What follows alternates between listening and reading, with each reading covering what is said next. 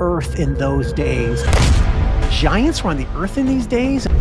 That is a theological storyline that goes throughout the whole Bible. Modern Western minds and eyes are not understanding the ancient Near Eastern context of the Bible. There's no giants in the Gospels, right? Well, actually, yeah, there are.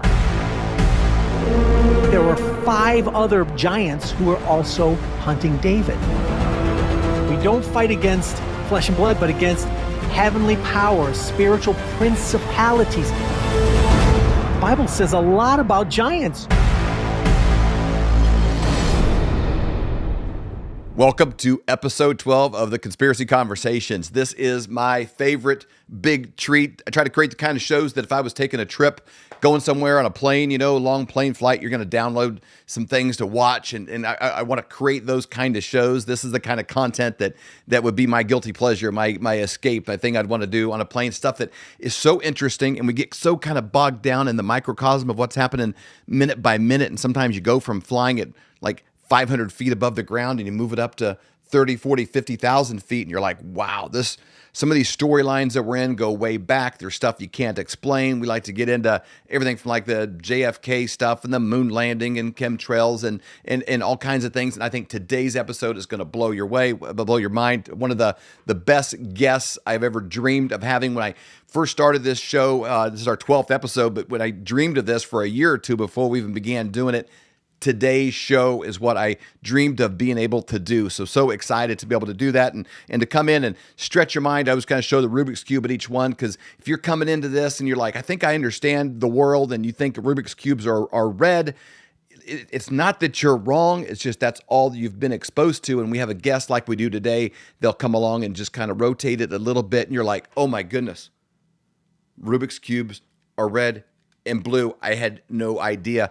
And again, it's not that even that's wrong. It's just that there's just a lot more going on than maybe just what your parents covered at the dining room table or your school covered as you're going along, or as you and some of these things can't even be explained. But I think you're going to be better off, and I'm better off, and everybody's better off having as much information as possible as you process the world around you. Today's sponsor is brought to you by Kirk Elliott, PhD. He has not one, but 2 PhDs. I've known Kirk for actually 25 years. His dad was a mentor of Stacy and I when we were first married, but he's also probably the best mind on the planet with his 2 PhDs. One of them's in theology, one of them's in global banks and economics, and how inflation works, the calculators they use to actually come up with these numbers. And so he has a great mind for understanding the times we're in, a deflating dollar. And so just kind of, he help you move from these, which are worth less than they were a couple of minutes ago, into something that's tangible. Now, this, gold or silver may not be the thing for you, but we made a move a few years ago to every month strategically be moving from these into what I consider real, tangible assets, bullion. They can be stored in a depository or at your home, either one or a little bit of both. But something that is tangible, that's worth something thousands of years ago, be worth something thousands of years into the future, and you can actually touch it. But protect your IRAs, protect your cash. This is not really a season to be buying jet skis or to have extra things in the garage or something that you're wasting. It's a time to kind of tighten things up and protect yourself, because we got some drunk drivers at the wheel when it comes to our dollars and our finances. And again, Kirk Elliott, PhD, you can go to flyovergold.com. Just fill out some information. There's some videos, some PDFs that you can download, but you can set up a consultation. You give them the information, and they'll just have a conversation with you and say, hey, here's the steps involved to make it very easy. And you can kind of exhale and not worry about that piece anymore. And actually, when you see crazy things on the news, you can be like, hey, I think I'm actually going to be okay. Even if this tanks, maybe I might even be doing better financially. Hard to say, but you don't have to live in fear, and that's really the main thing. It's never a good position to be in when you're fearful and scared. So really excited about today's guest. He's author of a series called the Chronicles of the Nephilim. It's a category bestseller on Amazon. He's also a screenwriter, major motion pictures, written the screenplays for him, understands biblical worldviews, theology, and history in such a unique way, but it's run through the filter of an incredible storyteller that understands the story arc, the elements involved, and how to actually bring something that seems kind of old, and how do I make that make sense, bring it to life and put flesh on it in an incredible way. I'm really looking forward to today's conversation with Brian Godawa. There he is. The studio audience goes crazy. Brian, hey, David. They've been camping out for days outside like a Garth Brooks concert, waiting for this episode to start. I'm pumped to have you on today, and I just feel really blessed. We had a series of connections to be able to put us together to be able to do this. I was researching for this, and I watched just a short clip of you from like 13 years ago. You were on as a distinguished visitor series at King's College, and I was watching it. And I'm just watching this, thinking, okay, he's smarter than I'll ever be, and this was 13 years ago. And I'm sure he's learned something since then. I had really better be on my A game and take some extra vitamins. And so honored to have you on as I call you a distinguished visitor on the Flyover Conservative podcast. You are too kind, but thank you very much. Appreciate it. Yeah, there it is. I remember that was a great talk. And by the way, that was before I learned all the stuff that we're going to talk about today. So that's kind of interesting. Wow, because I would have been intimidated by talking to you then, and look what you've done since then. It's unbelievable. I'd like to pull up your website. I've got it on the bottom. It's Godawa.com. For those of you that are just listening, you're on the treadmill or something like that. It's G-O-D like God, and then A-W-A. Godawa.com. We got your website up here. People can register for your newsletter to be able to stay in touch with you as things unfold. But tell us a little bit about your work in this phase of it, and then kind of just maybe just your career in the backdrop before we start diving into giants and history and all kinds of Nephilim and all kinds of just amazing, freaky stuff. Yeah, well, it is all very relevant actually, because it's all connected to where I am today. And so I've been a Christian for most of my life since I was in high school. And so that's when I met Jesus Christ. And I also have been a conservative for many, many years, and conservative as a Christian as well, basic evangelical type reformed type Christian. So nothing bizarre or fancy in my beliefs in that sense. But in fact, in some ways, I'm coming from a more conservative branch of Christianity that does tend to be very skeptical or cautious about the kind of things we're going to talk about. So it took me a while before I sort of embraced it and made the Bible more important than my theology, shall we say? But I've been an artist, and particularly I've been a writer for most of my career, and I had wanted to be a Hollywood screenwriter, and many years ago. So I had actually studied it on my own. I did not go to school for it. And this was back in the day when there was not much out there on how to write screenplays and such. So I just bought the books, went to the seminars and studied it for years and wrote a bunch of scripts. And then finally I got my first movie made as an independent film, which was called To End All Wars. And that was around 2001. That starred Kiefer Sutherland and Robert Carlyle as in a true story about the Allied prisoners of war under the Japanese during World War II. And specifically, if you saw the movie Bridge on the River Kwai, that was a great Hollywood movie. But our story was sort of like the true story that they didn't show you. The suffering, basically, is like Schindler's List for the Allies.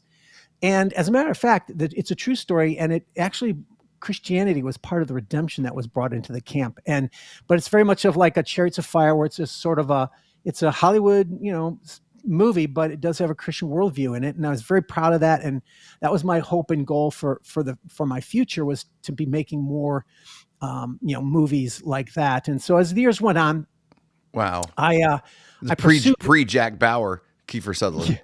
Well, no, actually, so we made the movie right before he won the Emmy for 24. I don't know which year that was that he won it. Okay. But I remember because he was Jack Bauer, but he wasn't famous yet for it. So I don't know. Before Jack Bauer became Jack Bauer. Yeah, I guess. That's a joke in our family. Whenever we hang up, we're like, okay, we'll see you in 10. They try to hang up first. Yeah. Because that was always his thing. Like, how do you get anywhere in LA in 10 minutes, for one thing? Because he's always 10 minutes away. But it was in at the beginning of the flip phones, which were kind of cool, because like, I'll be there at 10. And like there was like an emotional release. It's kind of like the old phones when you could hang them up. It's like, don't ever call back, and you hang up. And now, the iPhone or something, you're like, I'm sick of it, never call back. And you're like, boop. It just doesn't have that punch. It doesn't have that. The hang. But it's interesting too, because I lived in LA for many, many years. And yeah, you're right. It's like, I just recently saw a movie. I can't remember what it was, but it was taking place in Los Angeles, and they're driving on the highways. And I'm like, that's not LA, because there's like no traffic, It's yeah, like the only works happens in New York City and LA. Yeah. And literally every hour of the day is packed highways, right? So there's no such thing as a non-rush hour in What LA. a great movie. What was it like to write that and then to be in a theater and see Kiefer Sutherland playing that on screen, and you're like, this was in my mind. I brought this to life in my mind, but now I'm seeing it on the screen.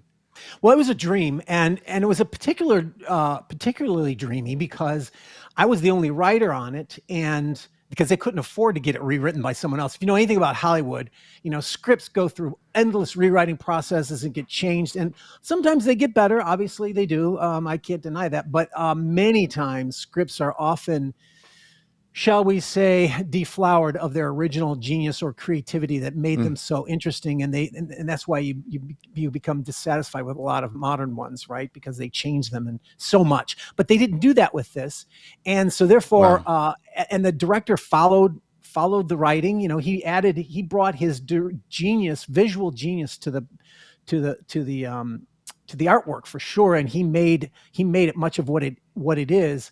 But it was the only screenplay in my whole career after that where they stuck so closely to it. So in later years, and even more recent years, it's like, yeah, I wrote it, but there's been a lot of changes that I don't agree with or don't like. And it's like To End All Wars was not that way. It's like, and a couple of the points in the movie where the director made some changes, I ended up admitting, you know what, it's better. I'm glad he did that. Like he made a montage instead of showing all the scenes that I had in there. It would have been more boring, and making the montage made it faster. And I'm like, yeah, I guess it was a better decision. So that was, it's a joy to see. Yeah, it absolutely is. And I haven't had that joy since. So sadly, not that there hasn't been some good stuff, but nevertheless, that's sort of my key moment in my writing career. But every career in Hollywood has a sort of times where you have really low job. Even the most successful people have a year or two where they don't get work. And I had a couple of those years. Halfway into my writing career there in Hollywood, and really, it made me rethink and redefine myself. Okay, reimagine myself. Okay, what else can I do that it can expand my writing skills?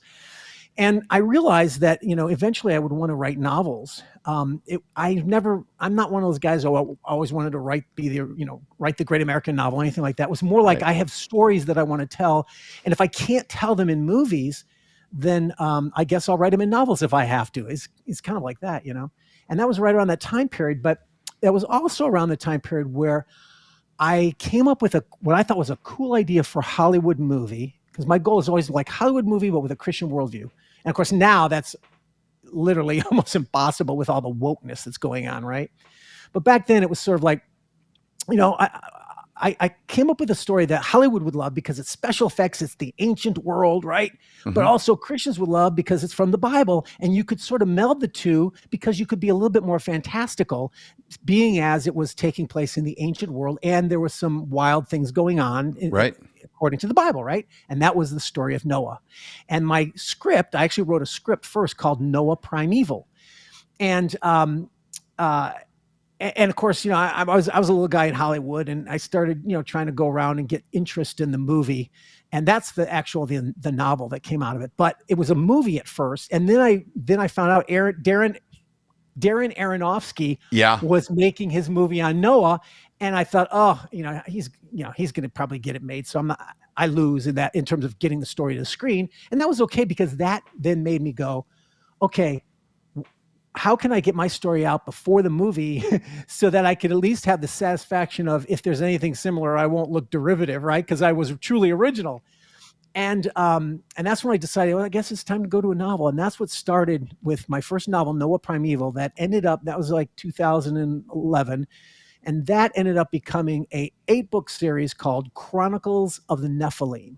And I don't know if you want to play that commercial now for Chronicles of the Nephilim. let's do that. I think it's like a trailer for the series. And what I love when you start reading these reviews, you've got rabid fans that like chomp at the bit for each book that comes out. So if you're a reader out there and you kind of love, when a new, book comes out, my daughter's, that way. She's like, oh, I'd love to come to the thing this weekend. We got canceled because there's a book I've been waiting for.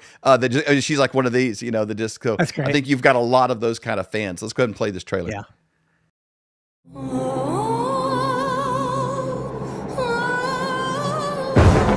In the primeval history of Genesis, an ancient war began between the seed of the serpent and the seed of Eve. Fallen angels called Watchers begot a race of giants called Nephilim, their goal: to stop the bloodline of the promised seed. But God had other plans. Chronicles of the Nephilim is a biblical fantasy series of novels that charts the rise and fall of the Watchers and the Giants in the stories of the Old Testament and in between. Read the novel Noah Primeval, the prequel Enoch Primordial, the sequel Gilgamesh Eternal, and more to come, by author and Hollywood screenwriter Brian Godawa. Available on Kindle and paperback at Amazon.com. Go to chroniclesofthenephilim.com and enter a world of ancient history and biblical imagination. That's chroniclesofthenephilim.com. That's phenomenal. Yeah. And I'm looking at this through the lens of somebody that grew up in it. It's just up to your eyeballs in Christianity, went to Christian school, was on a Bible quiz, a state championship Bible quiz team in grade school. I hate to brag, but it's just, facts are facts. And, more flannel graphs than I could count. And some of these things that were the most interesting, I'm sitting there reading them, I'm like, that they would just kind of skip over and didn't have, I think probably the teachers or maybe whatever, just didn't maybe have the mental or emotional vocabulary to process it. And so like, this is very compelling to someone like me who loved God, loved the Bible, but like sort of like cut out all the really interesting stuff and this kind of just the 10 Commandments and stuff you shouldn't do. And like, that's important, but this is an interesting book with really compelling stuff. Yeah. Yeah. So interestingly, that's all related to the origin of this Noah story. When I first started doing the research for it, I stumbled upon a biblical scholar named Michael Heizer. And unfortunately, he just died within the last year, very sad, of cancer. And he had been writing on this stuff from an evangelical scholarly perspective, which I actually treasure. I love the Bible, and I want all my study of it to be, really rooted in intelligent study, not just this sort of shallow, the way a lot of Christians can sometimes be, where it's like they just read the Bible like it's a magical book and they apply passages magically without understanding its ancient context, right? Right. So I discovered, and there he is, Michael Heizer, and I discovered his writings, which ultimately became the popular book called The Unseen Realm, which I cannot recommend enough to your listeners. If you buy one book other than mine after this discussion, buy that book, because he's a responsible evangelical scholar. So he's got all the bona fides credentials and all that stuff. And that's what mattered to me, because I wanted my research to not be just flights of fancy, but rooted in, and especially because the Bible had some wild stuff in it. So that was where I looked into this passage, probably I would call it the most bizarre passage for me personally in the Bible that I ever read. And it's not the only one, there's a lot of them, but it was the most that I would, as a Christian, as a Bible believer, I believe in the Bible, but you read some stuff that's wild, or you just don't understand, or it just doesn't sound right. Mm-hmm. And sometimes you just, well, I don't know, maybe someday we'll eventually find out what it means, and I just keep reading, that kind of a thing, Right. But this was the passage, Genesis 6 verses 1-4. And it was about the Nephilim, and that's the whole basis of all that, we're going to talk about here and my series. And let me just quickly read it to you, or most of it. When man began to multiply on the face of the land, and daughters were born to them, the sons of God saw that the daughters of man were attractive, and they took as their wives any they chose. Then the Lord said, my spirit shall not abide with man forever, for he is flesh. And it says, the Nephilim were on the earth in those days, and also afterward, when the sons of God came into, that sex, the daughters of man, and they bore children to them. These were the mighty men who were of old, the men of renown. And then it goes on to talk about how the Lord saw that the wickedness of man was great on the earth, and every intention and thought of his heart was evil continuously.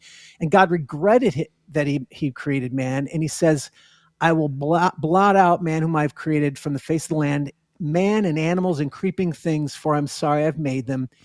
And the idea there is that and it goes on to say further in Genesis 6 that the violence of the earth was so great, right? And so, this whole thing, what is Nephilim, and who are these sons of God that are, having sex with the daughters of men? And what does that word Nephilim mean? And, by now, most people have basically heard that the basic understanding of Nephilim is that they are giants. Now, there are people and Christians who will argue that they're not, but, and we could talk about that, at some later date, but a study in that concept in the Bible, it basically means giants. Nephilim means giants. It's like, giants were on the earth in these days? And afterward, when the sons of God had sex with the daughters of men, what is that even talking about, right? And Heizer opened my eyes up to this strange passage, but it's not just like it's this strange anomaly that has an explanation. What it turned out to be is it's sort of like one of the many critical focal points in the biblical text that is a theological storyline that goes throughout the whole Bible, actually. And it links a lot of these passages that we look over that are weird, or we may not even see them because we're not reading closely enough. I'm not talking about some kind of esoteric, Gnostic, secret meaning.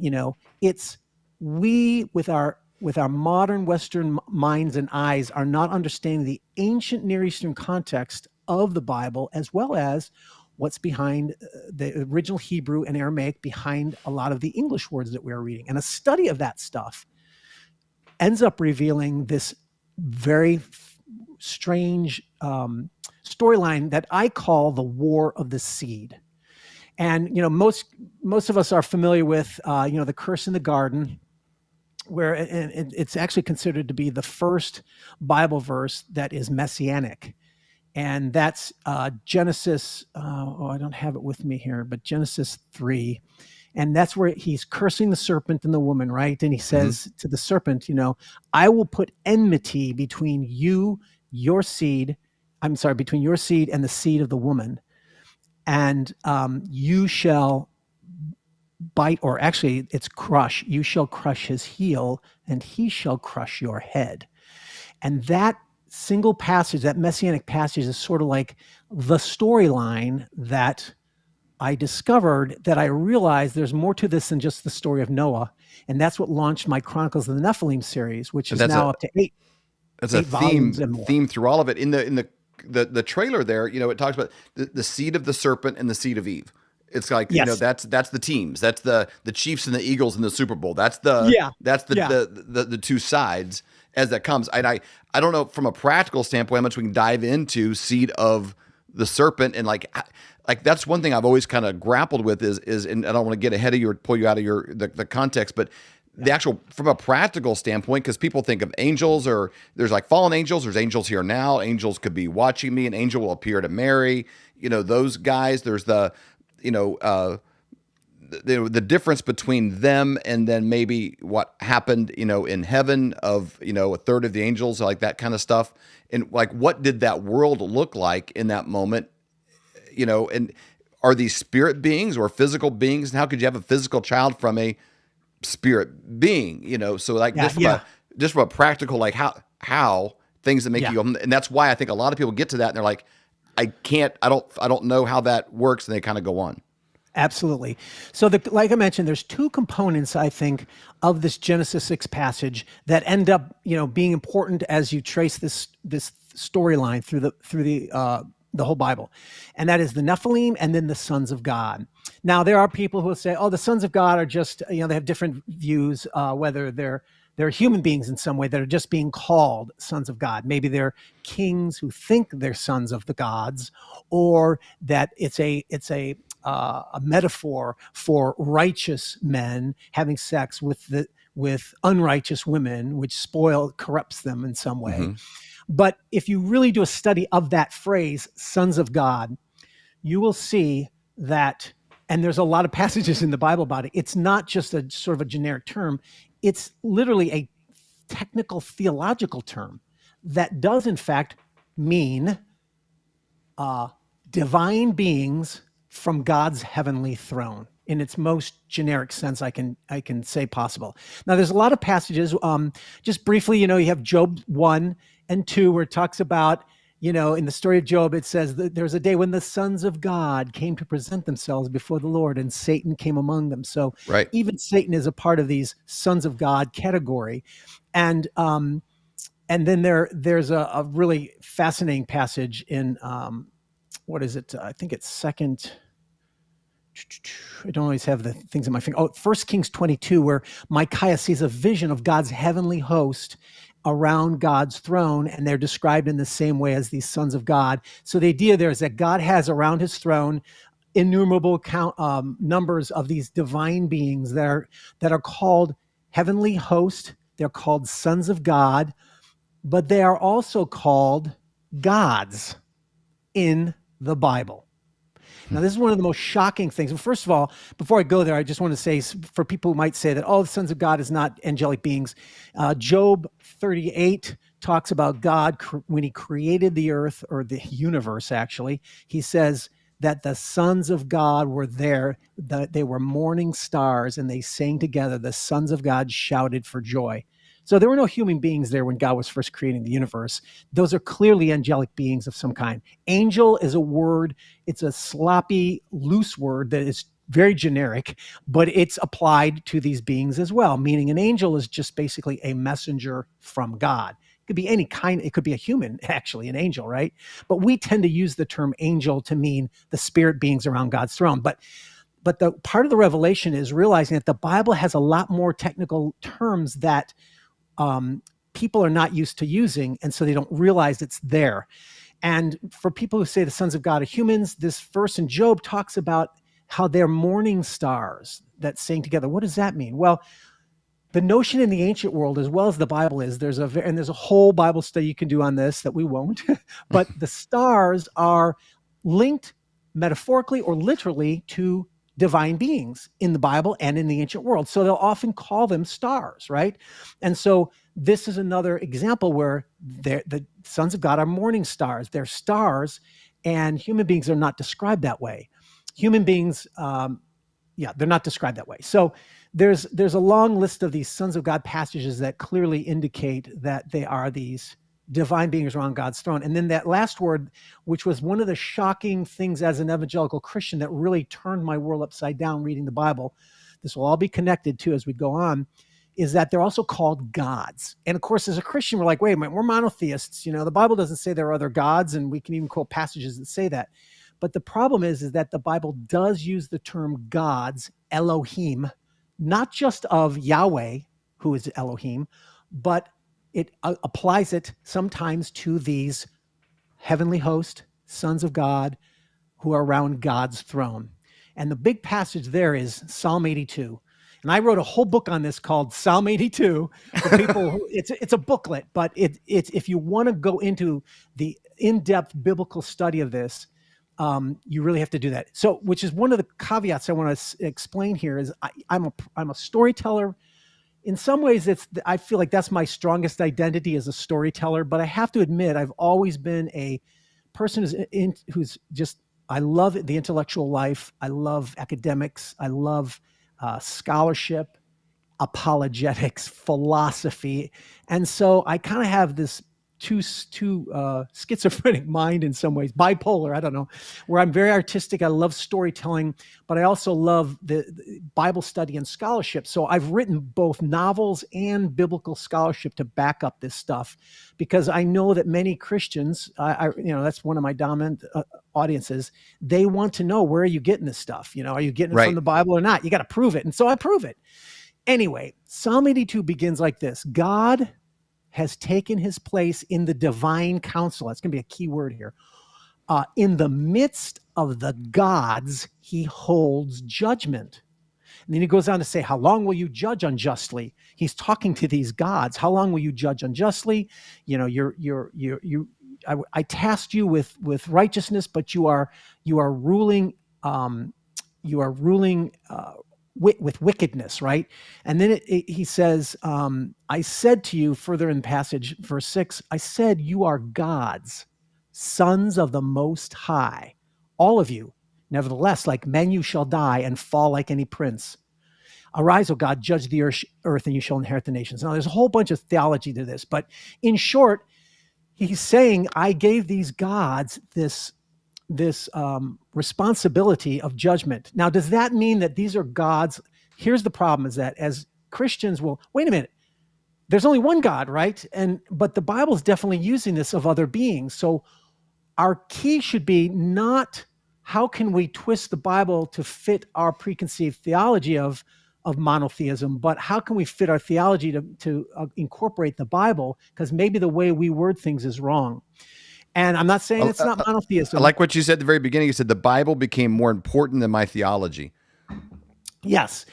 And so I still believe there's only one creator God overall, but there's nuance here that many Christians need to be aware of, and because they'll react against this so negatively. But when you understand this is what the Bible's saying, we have to adjust ourselves to it. And so the point is this: it doesn't mean you have to conclude that when we say the word gods, what we mean is beings who are omnipotent, all-knowing, all-present, because there's only one God like that. That's Yahweh, right? Right.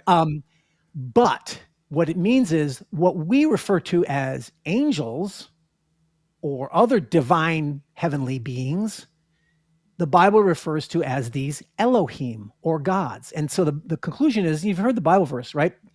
Yahweh is the God of all gods. Yeah. Yahweh is the Elohim of Elohim. And what that means is Elohim is a category of existence or being, or as Michael Heizer put it, it's more of a temporal, how can I put it? Not zone, but sort of a spatial location of existence. So what it's saying is any being that is in that spiritual realm can be referred to as an Elohim. For instance, in the Bible, the spirit of Saul that comes that the Witch of Endor brings up, he's called an Elohim. So there you have a dead human he's a shade, he's a spirit, he's called an Elohim. These divine beings from God's throne are called Elohim. So, and there's more study of this that shows you that Elohim is kind of a reference to the spiritual realm. Let's put it as simply as possible. And so beings in this spiritual realm can be called gods. That doesn't mean they're creators like God. That doesn't mean they're all powerful or all knowing or anything. It just means they are divine beings in this spiritual realm.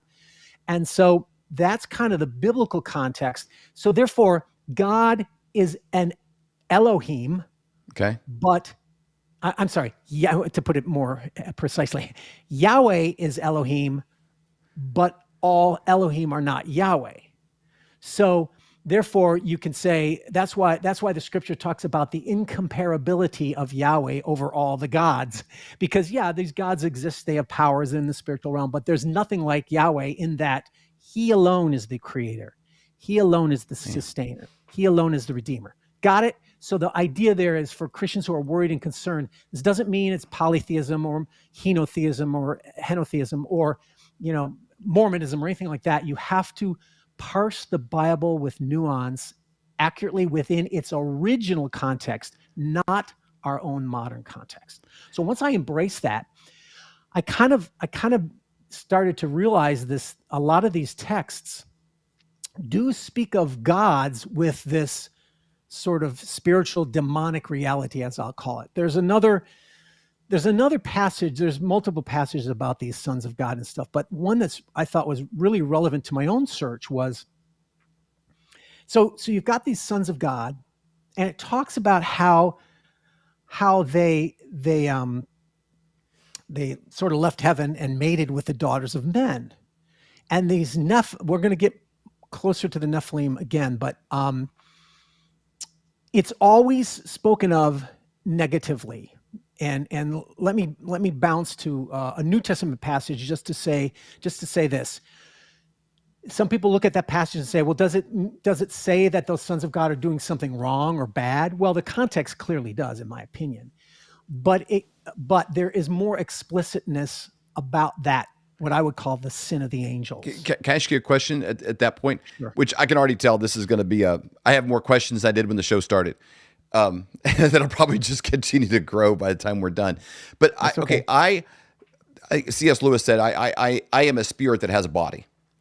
Versus like sometimes we operate so much in this fleshly realm, but everybody's kind of instinctively aware that there's a spiritual nature to man. The beings that you're referring to, are they spiritual? I've heard an angel being a spiritual being that sometimes can push through the veil of this realm and manifest physically. And there's a few instances of tangible, when Jesus is born, or, these kind of moments to the shepherds, these instances of angels or a spiritual being interacting in this realm. Those beings at that point, are they explicitly like angels cast from heaven as a punishment for this fall? Or is that a whole nother thing altogether? And does that merge?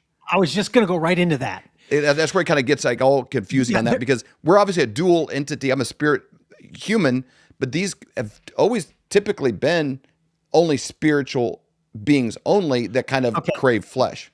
Yes. But here's the thing. There's many, as I pursued this study, starting with Heizer, and then of course I expanded it to many other scholars as well. But and then I wrote a book on it myself called When Giants Were Upon the Earth, that has all my Bible study material about all this stuff we're talking about.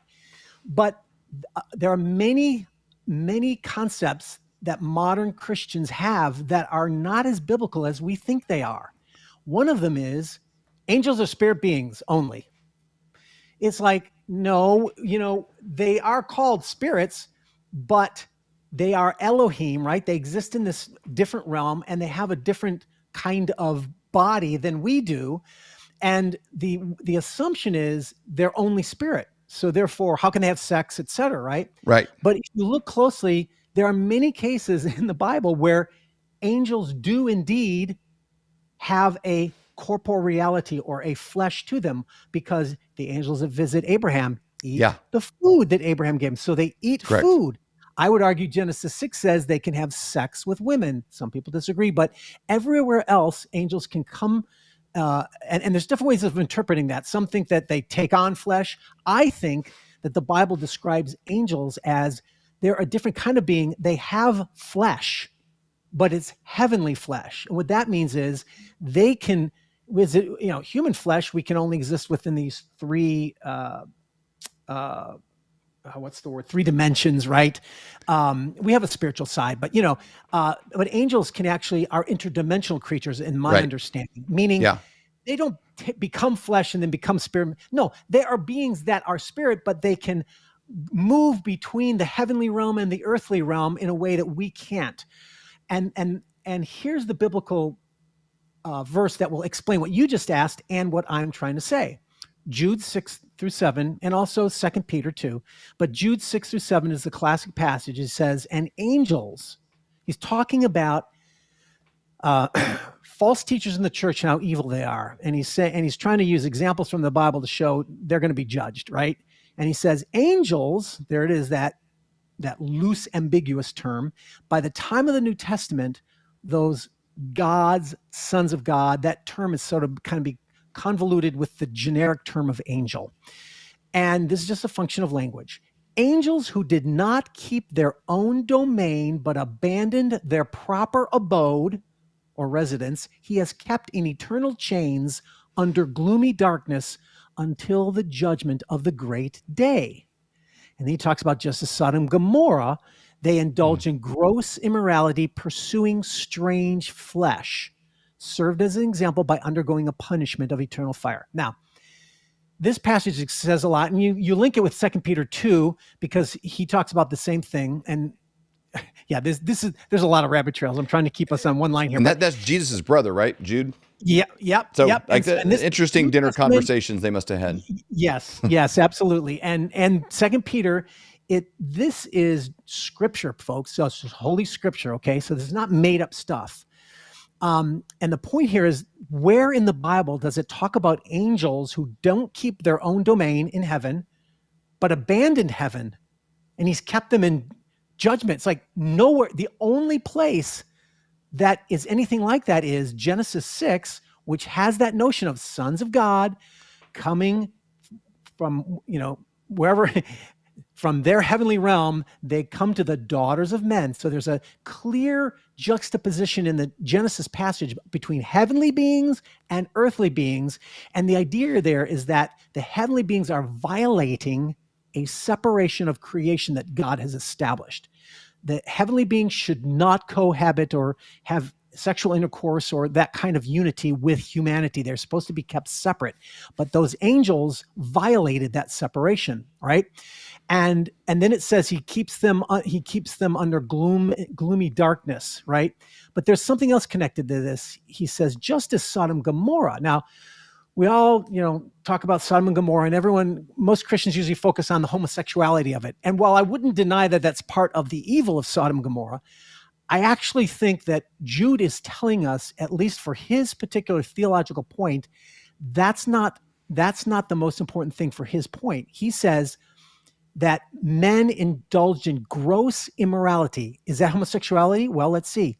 Pursuing strange flesh. Now, the Greek there is heterosarx. Hetero, strange, different sex. That's not homosex. That's not homosarx. It's heterosarx.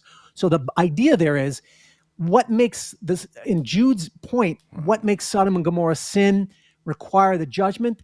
They were seeking after having sex with strange flesh. See, that's a human wanting to have sex with an angel. And that is something that in and of itself is a violation that also caused the flood. Now, this is a notion. Wow. This is not a notion this is a notion that comes up in a lot of what we call intertestamental Second Temple Jewish literature. The pseudepigrapha, the apocrypha, there are many passages that clarify and say, look, even if they're not scripture, they are certainly records of how the ancient Jews interpreted those Bible verses. And very clearly through multiple of these passages, they explain that. Well, let me give you a couple examples. The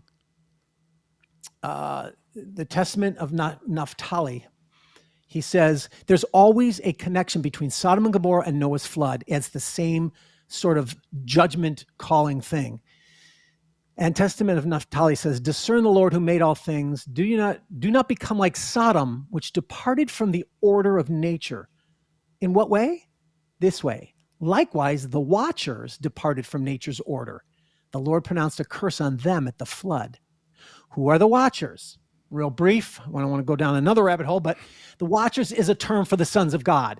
And you get that you go to Daniel, and that's where the term watchers shows up in Daniel. And it describes in Daniel 4, I think it is, that again, these watchers are a term. It's kind of like, think of it this way. They watch over nations or peoples or authorities, because the idea there is that the watchers are watching over the nations, and they are these spirit beings that also are, like in Daniel 10, they are these prince of Persia, prince of Greece. They are princes over these various nations. They are spiritual authorities over these nations, right?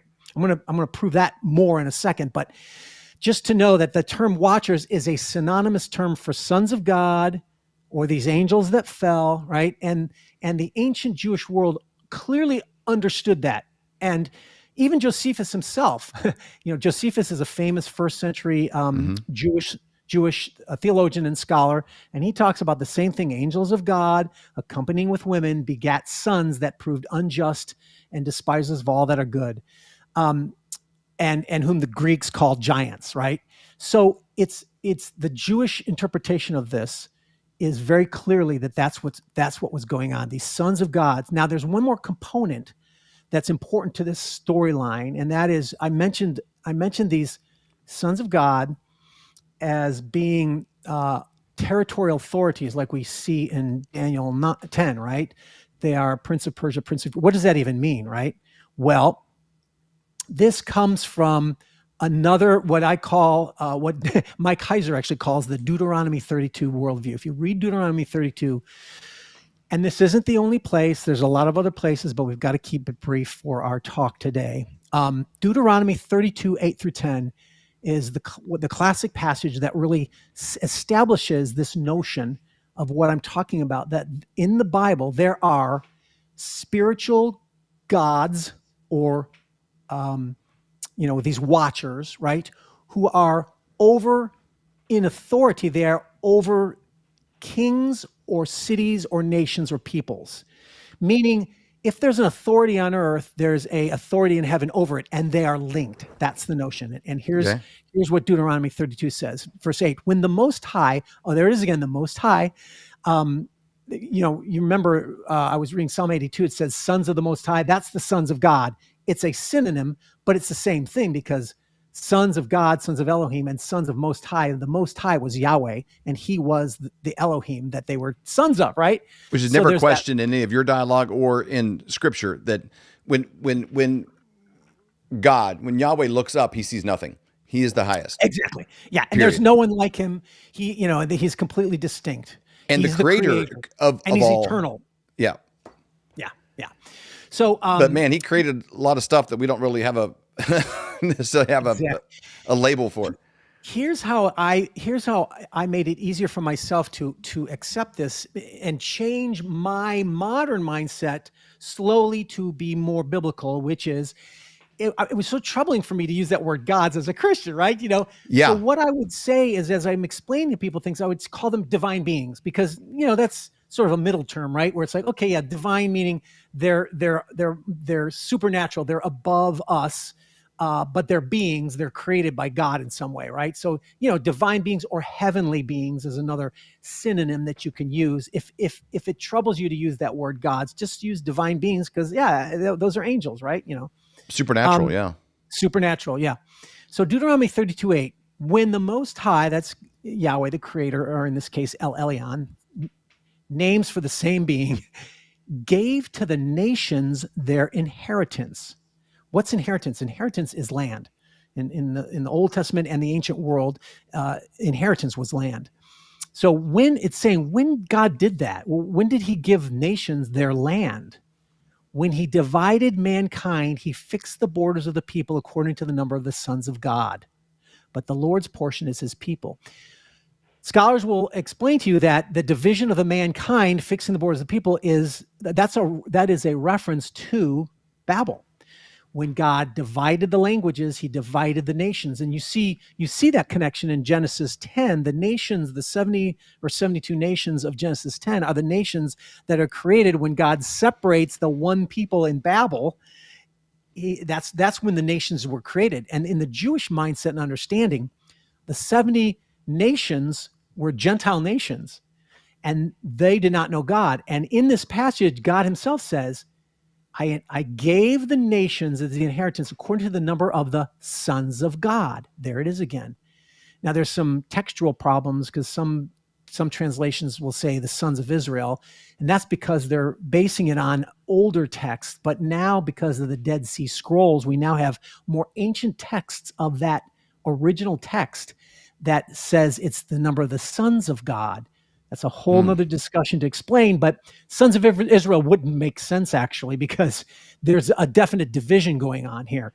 He's separating these nations from him and his people, right? It says, but the Lord, Yahweh's portion, his heritage is Jacob, which is a synonym for Israel. So he's saying, think of it this way. Here's how I thought of it that made sense for me. Man, falls in the garden, right? And then he gets so evil that God has destroyed the earth. And then God starts all over. And then they get so evil that they build Babel, and God has to separate all of man. So mankind just won't stop worshiping false gods and won't stop trying to deify himself, right? And so God finally said, this is how I see it. God finally says, okay, you want to worship these false gods?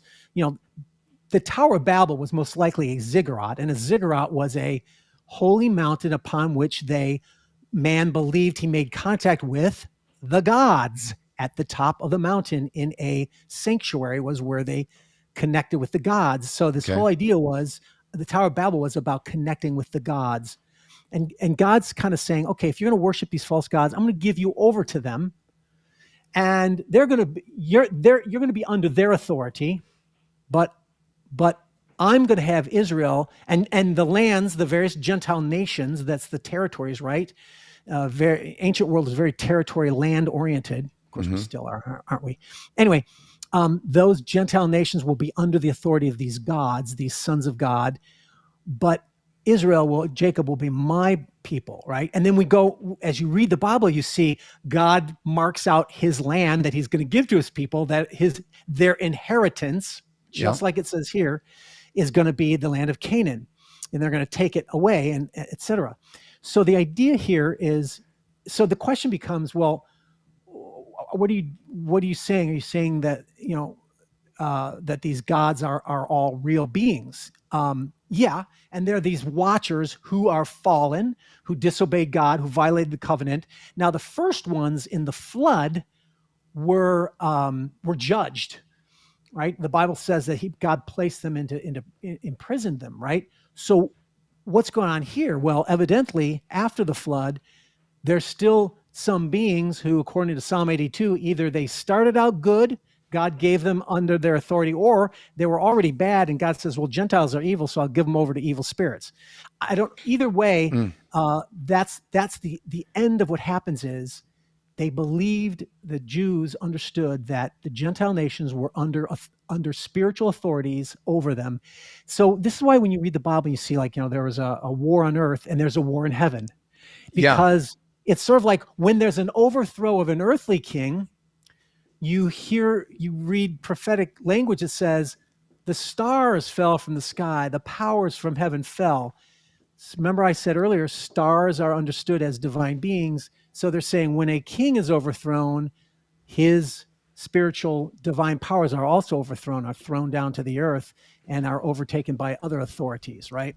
So that's kind of the picture that's going on here. And there's one other passage in Deuteronomy 32 that I just want to give as an explanation for one of the premise of my entire series. See, Deuteronomy 32, 8 through 10, in that first part there, the worldview, and now Deuteronomy 32, 17.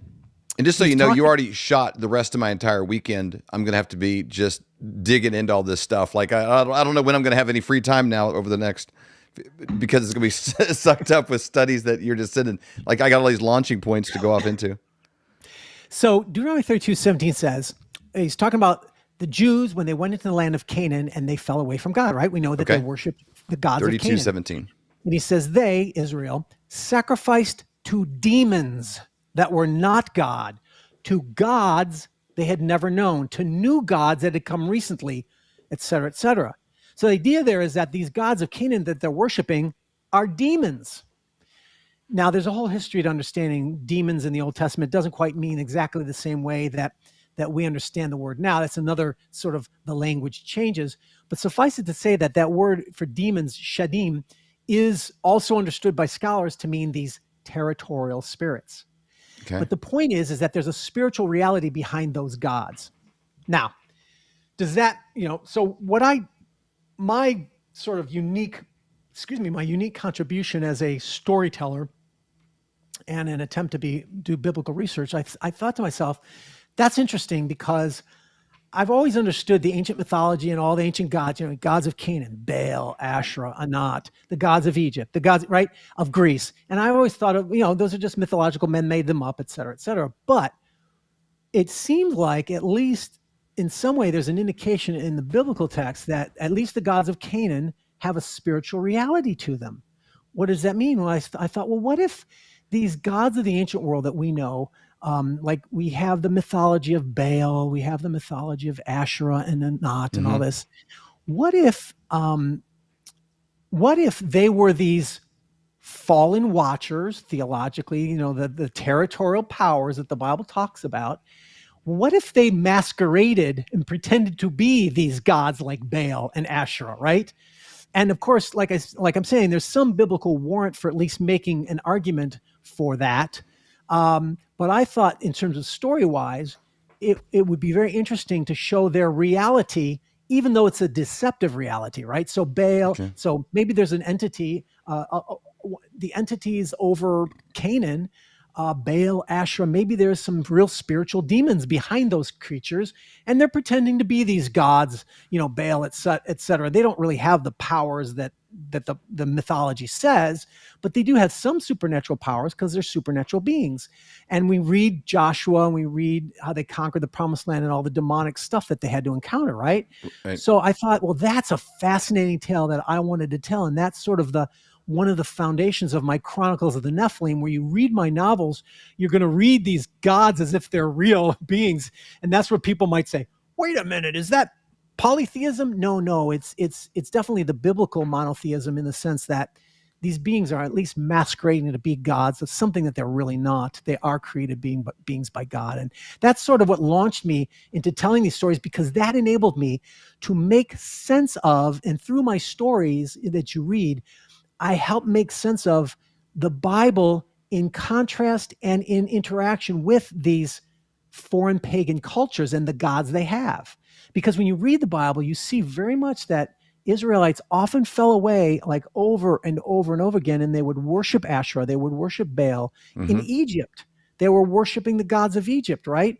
So these things had real effect on the way they understood the world. So I wanted to bring an understanding of these pagan cultures that interacted and held bondage Israelites, but it also show how God himself overrides those and redeems that pagan culture in some way, right? It's sort of like you read Chronicles of Narnia, and Aslan is like, you see all these mythical creatures in Narnia, but it says Aslan is Lord of all, right? And he's the Lord over those mythologies.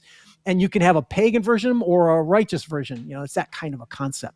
So that's what launched me. These are characters, you kind of bring them to life, like so I bring Baal like the Screw Tape Letters or something like that, where it's kind of like they have personalities, and you kind of see their motives behind things. And that was another component of it that I thought, we tend to this is another preconception that we have. We tend to see these. There's not a lot in the Bible that is explained about what's going on in the spiritual realm with these evil entities, so we don't know much. But one of my biases, I always used to sort of think of the demonic realm as this army of demons, and they're completely unified, right? Because they're all trying to fight God, and they're, and so we tend to see them as this unified enemy. But when we see now that no, they're individual watchers over individual powers, and the Bible describes that when Persia fights with Greece, the prince of Persia, that divinity, is fighting with the prince of Greece. So it's kind of like the mafia, right? The mafia leaders are jockeying for their own power, and they'll kill one of their own if it can help them get more power. And so I thought that's more realistic in terms of in the demonic realm, that they were unified in war against Yahweh, but every army is going to have its deserters or its ladder climbers that will deceive or overthrow others so they can get on top. So I bring that sort of a mafia type paradigm, if you could put it that way, into the spiritual realm, which helps because Lucifer, let's say as an entity, as one being, like, he cannot be, my understanding, influencing Putin and Zelensky or something like this, and messing up my day at the same time. This idea of the devil made me do it kind of thing, because he's not God. He's not everywhere present. Yeah, right. There are layers and the expression like new levels, new devils, kind of stuff. It's like, probably a different level of assignment against a president of a nation than there would be, somebody that's not making much of a difference. So I mean, these kind of powers. And I don't tell me if this distracts too much, and I don't want to get into the whole Garden of Eden and bring that to life, but as a spiritual being, when you talk about this dual entity kind of beings, it's kind of a big question. But Adam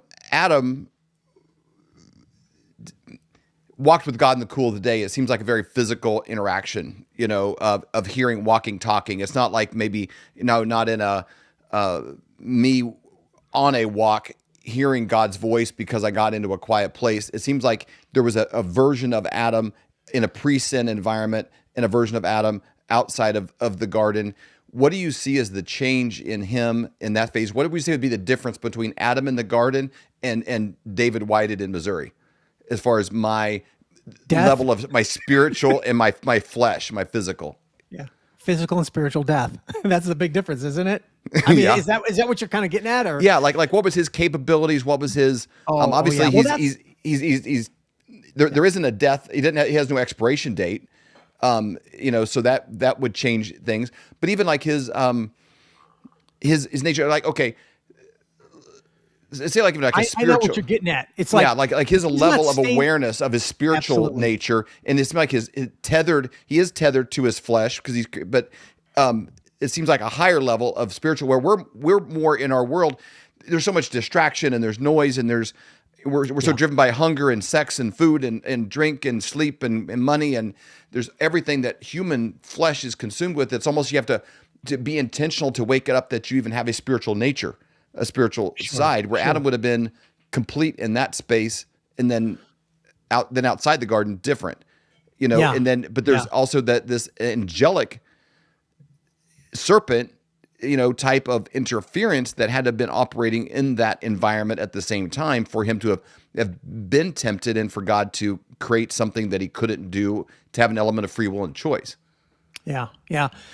Well, that's definitely an area of speculation, but it makes sense that if you believe that if we believe as Christians that the sin nature, became, entered into that world and spoiled it with death and whatever, spiritual and physical death. It makes sense to go, wow, what was his potential before that? That we talk about how we only use 10% of our brains. Well, could Adam use 100%? Yeah. Man, what a different world that could be.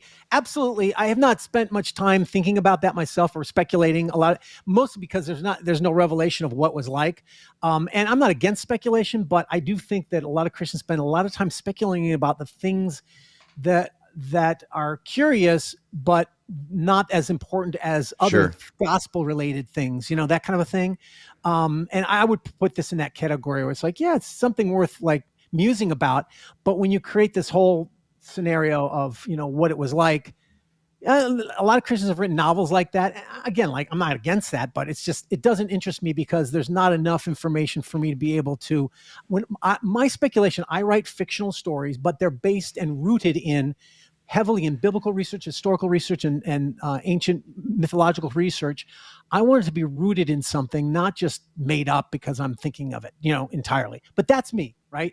So no, I haven't spent much about that, but it does make me think of something that's kind of related, and that is that the point of this is another one of the Christian biases that we have that we don't realize is we just tend to think of there's one fall, the fall in the garden, and that was it, and that brought everything, and now I got evil and blah blah until now. Mm-hmm. But the Jewish understanding was no, there were actually 3 falls technically. There's the fall in the garden, and then there's the fall of the angels, which is there's nothing about angels falling before creation. Doesn't say anything like that in the Bible, but it does say that the angels fell coming from heaven to earth, having sex with women, right? Mm-hmm. That's a fall. They violated God, right? And that's a fall that ends up being part of what brought the flood. So it was, yes, the Bible says that man sinned, etc. But if you read Genesis, it also talks about the violence that is on all the earth is part of it. And that's what the Nephilim are a part of, is that violence. And so, and in Jude, it talks about the angels are punished because of it. So that's another fall. And then there's a third fall, which would be Babel. And that's where God judges. So there's this fall and man falls. And then there's this fall of Babel that God then judges and spreads the nations out on all the earth and places them under these territorial powers, right? And by the way, this is where it goes into the New Testament. What does Paul talk about? We don't fight against flesh and blood, but against heavenly powers, spiritual principalities. He's not just using generic terms that are about demons. He's not saying we're fighting demons. He's saying these are spiritual principalities. These are the territorial powers who are over the nations that we are fighting with the gospel. Wow. Now that's another thread, but let's not jump down that thread at this point. But just to point out that this is part of that theme that weaves through, and there's an interesting conclusion to it that you'll have to really get into. You have to read my series, Chronicles of the Apocalypse, which is a story about the book of Revelation when it was written in the first century. And I tell the story of the origin of the book and all that kind of stuff. And that's where I bring in some of those Wow. elements from a very different perspective than I'm sure maybe we could do that as a another independent show. We had on a guest for in this space, even though conspiracy conversations is kind of like it's got a big umbrella, but Harold Eberle and Victorious Eschatology, and I think he's a post-millennialist. Yeah, definitely. He really gets into a lot of the 70 years after, the fall of Jerusalem and that space and how, breaking these things down. And it really, it really challenges people of what happened when, and so many things we attach now. It's like, man, maybe that already happened. Yeah. And so it's fascinating conversation. Are you having a hard time sleeping at night thinking, what am I going to do about my finances? Times are really changing. They're changing fast. Let me give you a quick example of how. In 1920, if you had a $20 bill and 1 ounce of gold, you could go into any men's clothing store and buy an entire suit. You could buy the jacket, the shirt, the belt, shoes, the whole bit. Today, that $20 bill, what's it going to get you? Not much. Maybe the socks, maybe a handkerchief, but the 1 ounce of gold could still buy you the entire suit at any men's store in America. That's the difference. That's what inflation does to your dollar. It's a deflating dollar caused by inflation. Now today, that's happening faster than ever. You need somebody that you trust that can help get you out of a fake currency and into something that's going to keep you safe.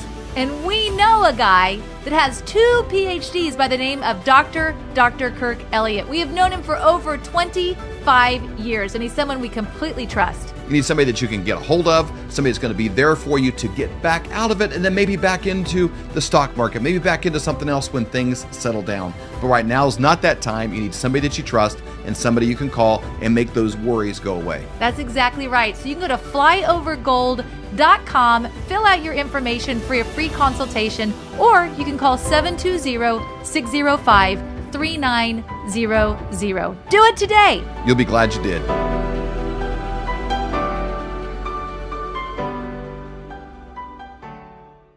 It's good to hear that you have that openness, because I'm in that camp. And so I was going to say, well, be careful, because you might end up concluding I'm a heretic after this, but I'm definitely more in that camp for sure. But I've been on plenty of shows, of futurist shows, who disagree with me, but they enjoy the discussions that we have. And I'm very happy to let's do that. Let's have a whole. I love it. That could be a whole nother one. And you're too deep of a well for one show. Yeah. So I'll squeeze all the juice out of that lemon I can today. With the series on the Nephilim, where does this story kind of begin? Okay. And I don't, you have to answer this question, but just answer it sometime in the dialogue.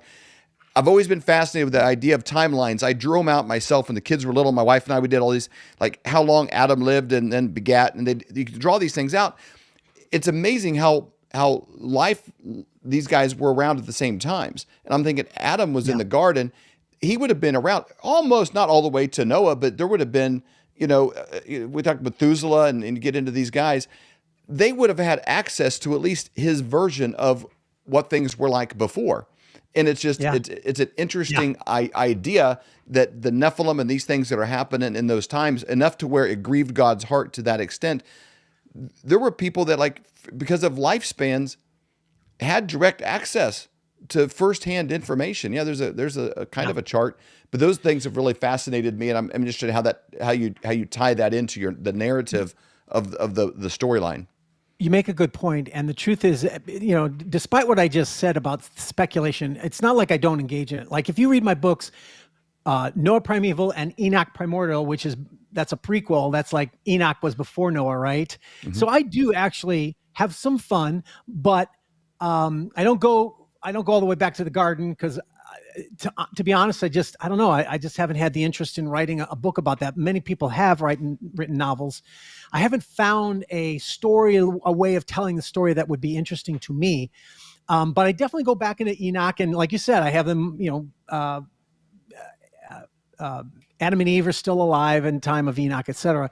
So I do try to wrestle with that, but I do so in a context of a genre of storytelling that I would call, sometimes you call it biblical fantasy.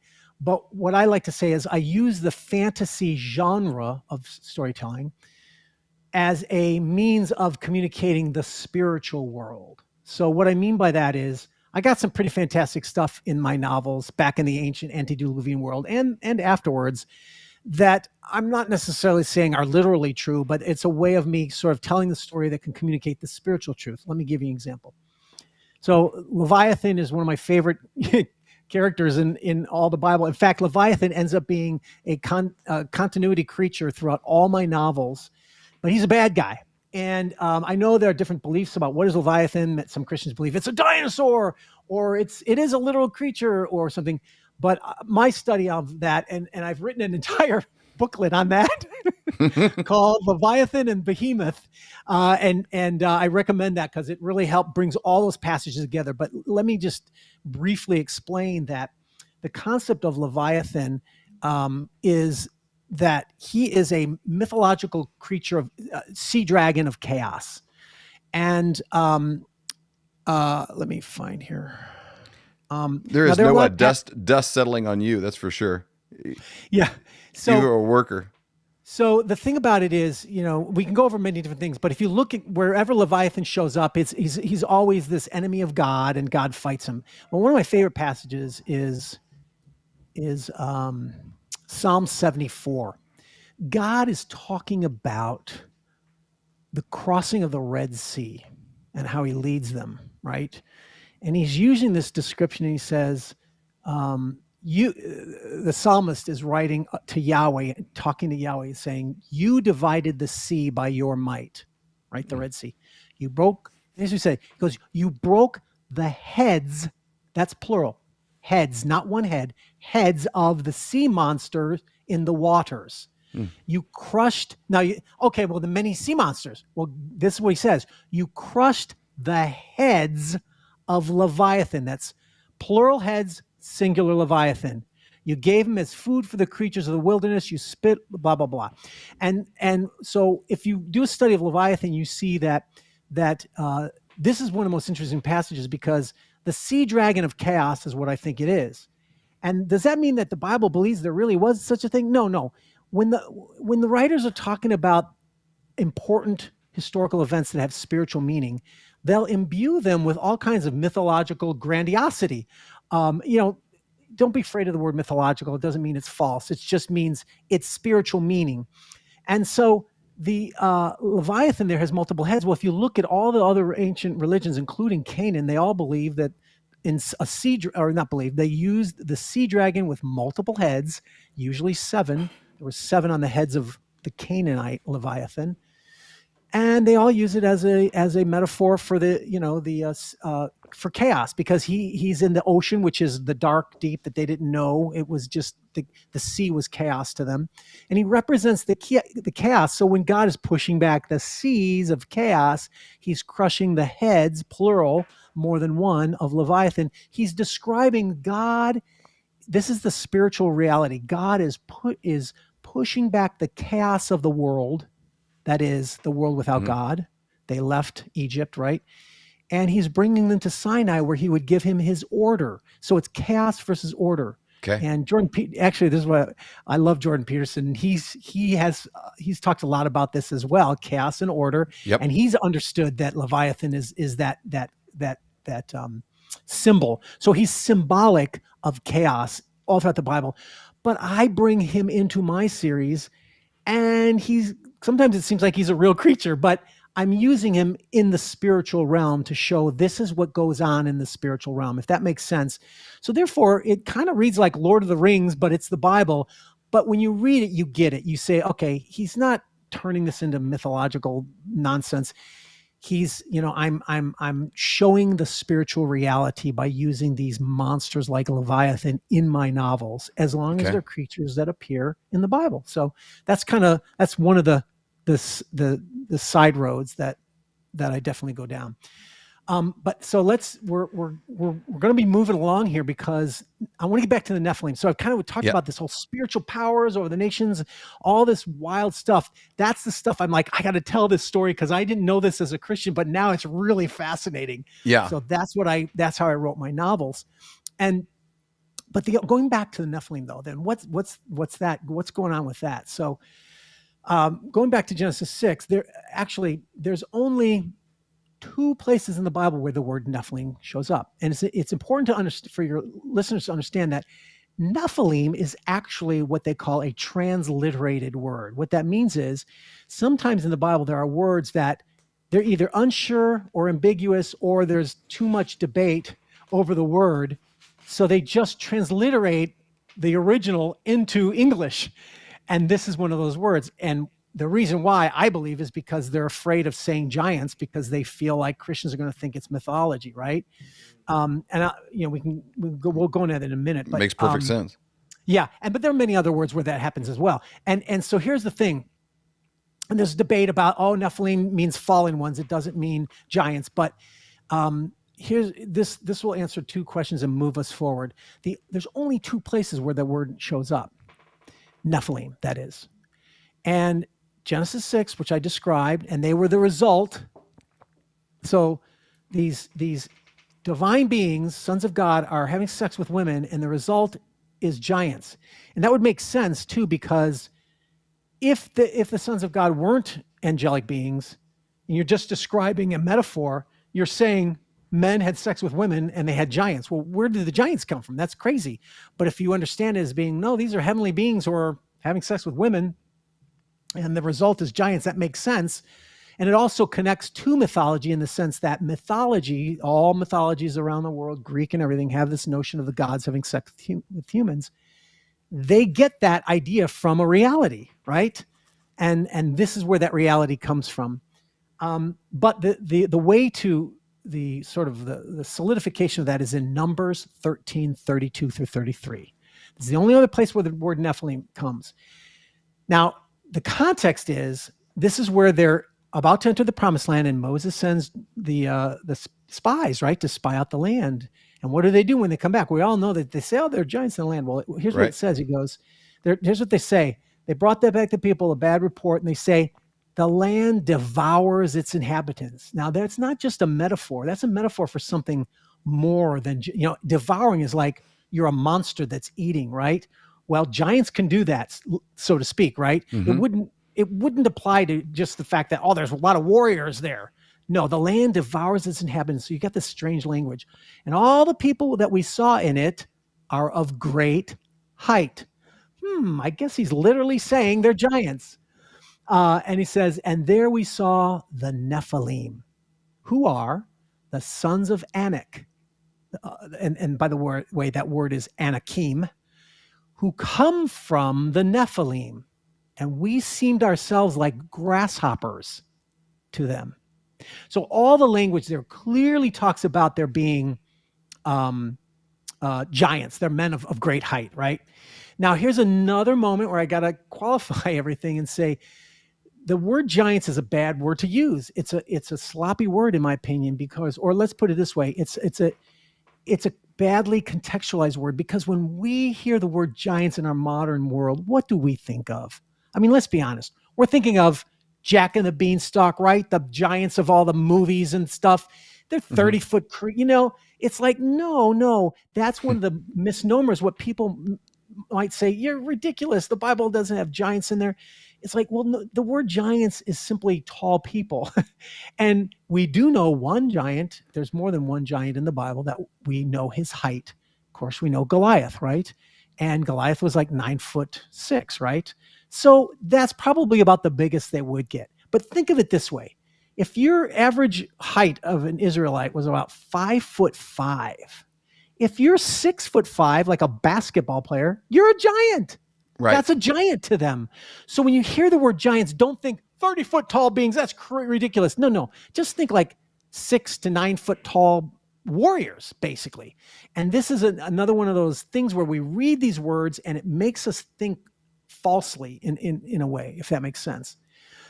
So this is the only place where the word Nephilim comes. And by the way, Heizer goes into a whole explanation of how this proves that the word Nephilim means giant. It doesn't mean fallen ones. And the reason why they say and then reiterate that pretty clearly. Yeah, I mean, it tells you, it describes them as giants, right? But even in the word Nephilim, the Aramaic version is used, as well as it comes up twice, right? And the Hebrew spelling of Nephilim is used, and then the Aramaic. And we know that the Aramaic does mean giant. So anyway, but that's again, these are just sort of proofs of these interpretations. But so here's where we have, now what's the point of this? This is where it's all connected. It's not just this strange thing. There's giants. Well, that's a weird thing. Think about it this way. And you have to, this is another study, but if you jump to the end of Joshua, you kind of, it's a summary. Like, what were they supposed to do? They're going to the land and they had harem, right? That was the ban. They're supposed to slaughter the men, women, and children of all the cities, right? Correct. Wrong. They were only supposed to kill the men, women, and children of specific cities and specific peoples, not all of them. Why is that? Well, I would argue because this passage is trying to say these sons of Enoch come from the Nephilim. He is theologically messaging us and saying, these are the people we have to slaughter. And why is it just to slaughter them? Well, God said to, and so from a strictly logical perspective, if God says to kill anyone, he's right no matter what you think. But theologically, he's connecting these giant peoples, these Anakim, to the Nephilim. And we know that the Nephilim were the bad, right? The Nephilim were the bad guys in the flood. He's saying they come from them. So the giants that we are seeing now in our day, thousands of years later, come from those original bad guys that God destroyed the world from. Therefore, that's why they're unholy and we're supposed to slaughter them. And of course, so the harem and the ban and the specific cities were cities that had these giants in them. And the way that you can understand that is jump to the end of Joshua. So we won't have to go through all the details. Jump to Joshua 11:21. And that's where it's at the end. And it says, Joshua came and cut off the Anakim. There they are, the giants, from the hill country, from Hebron, Debir, Anab, and all the hill country, blah, blah, blah, blah. And there was none of the Anakim left in the land of the people of Israel. So those are the ones he slaughtered. Now, it's important to understand that we'll look at some passages if we have to, but the Anakim is not the only word used of the giants. There are passages that describe Anakim as a word for the giants, so is Rephaim, so is Zamzumim, so is Zumim, and several others. But here's the interesting thing to note. So that kind of shows you that, at least contextually, from Exodus, whatever, to Joshua, the point of destroying those giant clans was because they are part of these evil hybrids, that come from before the flood. Now, the debate then becomes, well, if they were all wiped out in the flood, how did they start over again? Yeah, that's the question people, I'm sure, it's a natural question, but there's several ways of understanding that, and I give them all in my books. Several options to understand that. Either the angels started to do it again, although they would have done so at great peril, because you know what I mean. Like it's not likely that they would, because they would be fearful of being thrown in prison. But it's possible evil beings will still, start to do it again, despite the possibility. Or it's not a global flood; it's a local flood. Now, hey, there's a lot of disagreement over that, but let's be honest. Orthodox, godly Christian scholars and men have argued for global flood and local flood. And that's a debate I don't want to get into, but I'm just saying that's a possibility. Or another possibility is that one of the wives of Noah, because if they started out with Noah, and another thing about Genesis 9, and it talks about Noah was a righteous man and he was pure in his generations. And it's important to understand that Noah's being picked out, but there's very specific language there in Genesis 9 where it says he was pure in his generations. What does that mean? That word for pure is the same word that's used in the liturgical purity of like the spotless lamb for sacrifice. And so in the context of knowing that these sons of God violated women and these monsters are Nephilim, and that corruption is part of the purpose of the judgment, it's important for the writer to tell us, Noah's not one of those. He's pure. His body is pure. He's not corrupted, right? Do you think it was to a point where there were very few like that had a pure bloodline? Yes, Because that would be the point. Because man, they sure make a big deal of being able to trace Jesus' bloodline all the way back.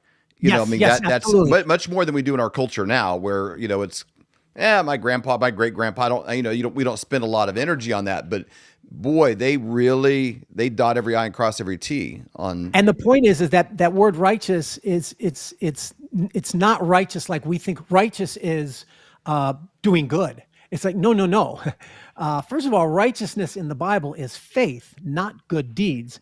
But regardless, the word actually is better understood as the liturgical word for physical purity. So there's that notion of that ties it in. But also, you just mentioned. Oh no, I lost my train of thought. What were you just mentioning? But the bloodlines in Jesus' bloodline. So that, and you're right.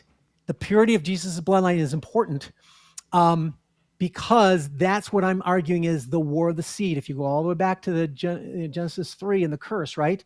Your seed will war against his seed. So my argument is in the Old Testament, what we see is the seed of the serpent, which are these, Nephilim.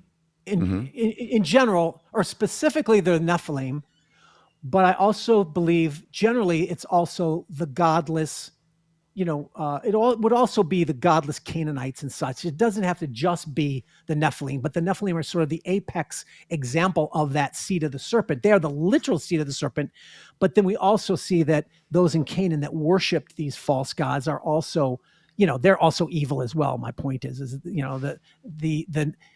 I would argue that all the Canaanites could be considered seed of the serpent. Some would be literal, some would be spiritual, if that makes sense.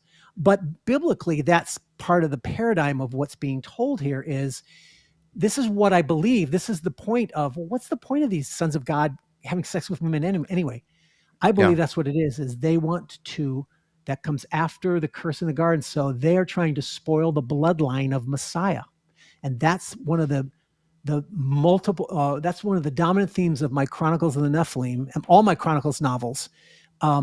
That's one of the dominant themes. They're trying to pollute the bloodline of Messiah. So they're trying to find out where's Messiah coming from, and let's pollute it. Let's kill them or whatever. And so that's the point of Genesis 6 is they're trying to pollute that bloodline so that Messiah wouldn't come, right?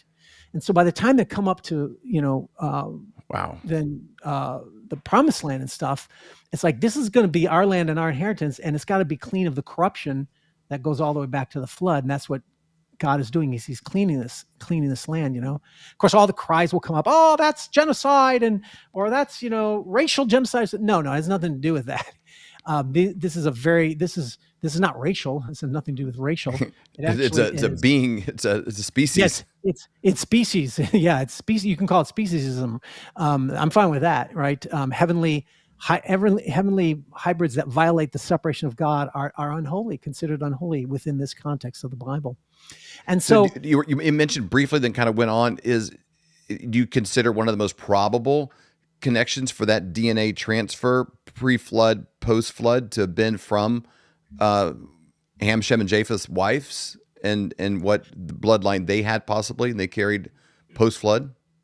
Well, I'll tell you this. In my novel, I actually try to accommodate all the views to make it just out of no, really, to be interesting, or to be fair, because I have my opinions, but I think they're all viable. I really do. So I have them all. Yeah, if that makes any sense. Because they were clearly, popping up again after, post-flood world. Goliath had brothers. There's also but Benaiah, he killed like a 7-foot tall Egyptian, 7 something, he's like, we're gonna get there. We're definitely gonna get there. Like these guys are still around afterwards. So somehow there was absolutely. It didn't wipe everything out. First, I'll describe these other clans, and then I'll jump to because I do think that that's a good climax, is the David story and those giants there. But first, let me just say that the other passages that bring up these other giants, just to show you, it's not just the Anakim, and each of these words have histories behind them. But Deuteronomy 2 is where there's a couple of statements in verse 10 and later in verse 20. They talk about this. They say, verse 10, the Emim, they're talking about this location. I can't remember. The Emim lived there, a people great and many and tall as the Anakim. Like the Anakim, they are also counted as Rephaim, but the Moabites called them Emim. So right there, you see three terms used of the same people or the same beings, right? So Anakim, or like the Anakim, there are people who are like the Anakim, and they're called Rephaim or Emim, at least in Moab. And then Deuteronomy 2:20, it's counted as the land of Rephaim. But the Ammonites call them Zamzumim, a people great and many and tall as the Anakim. So in different territories, they're called different things. So, you can call them clans if you want, but and the Rephaim is a very important biblical term that has a whole history behind it. And it's really fascinating. And I go into it in my Bible research books a little bit, but just to keep it short, Rephaim is sometimes, unfortunately, it's translated in the Bible in ways that you don't even know it's there. Like you read the word shades in the Bible, like shades of Sheol, and the word is Rephaim. And it's important to understand that it's not just talking about souls and Sheol. These Rephaim is a very specific term, and since I don't want to, make this go on for 4 or 5 hours, I'll just summarize it as this: the word Rephaim is a Canaanite pagan notion of the belief that the ancient kings of the land of the Amorites and Canaan were mighty warrior kings, these Nephilim of old, right?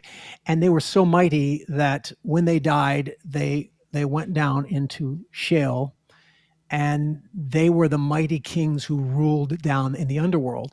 And then the Canaanites believed that when some new king died, or when a king died and a new king was to take his place, they would have this ancient ceremony where they would call up the kings of ancient world, who are still. It's sort of like in their belief system, they believe they were ruling from Sheol, right? So they would call up their approval of the Rephaim, mighty kings of old, to get the approval of the new king. That's kind of their paradigm. So when the Bible uses Rephaim, though, it kind of it transposes its meaning and makes it something else.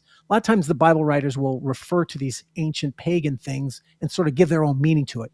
And this is one of those cases where the term Rephaim then is these mighty warriors. And so the Bible will use the term Rephaim and mock them, meaning they think that these shades of Sheol are mighty warrior kings. But you'll hear Isaiah say something like, but you are dead in a bed of maggots, and he mocks these mighty Rephaim. They're kings who are lying in beds of maggots. So it kind of mocks the pagan belief, but then it also uses the word Rephaim of some of these giant beings because they have that stature of being mighty beings who are Rephaim, who are these mighty kings of the ancient world, but they are wiping them out. They are destroying them. And in other words, it's showing that our king, our God, is more mightier than all these kings, right? So we're wiping. So after a period of time, the word Rephaim from the from the Hebrew perspective, ended up becoming a term that was referencing these mighty giants. And so that's another term for them. So we see that there's multiple terms that mean giants, but you don't know it unless you read these passages. So that's when you do a study and you find all these other terms, you realize the Bible says a lot about giants.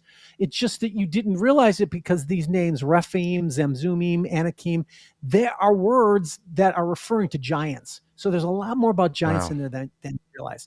So we've covered this in terms of telling the storyline. We've sort of showed the origin and then showed how, and then that's why in the Promised Land, the whole point was to wipe those creatures out because they were on God's territory, and God had His territory, and the Gentile nations had their own. You can have your giants in your Gentile territories, but not on my land where I'm going to have the holy people, right?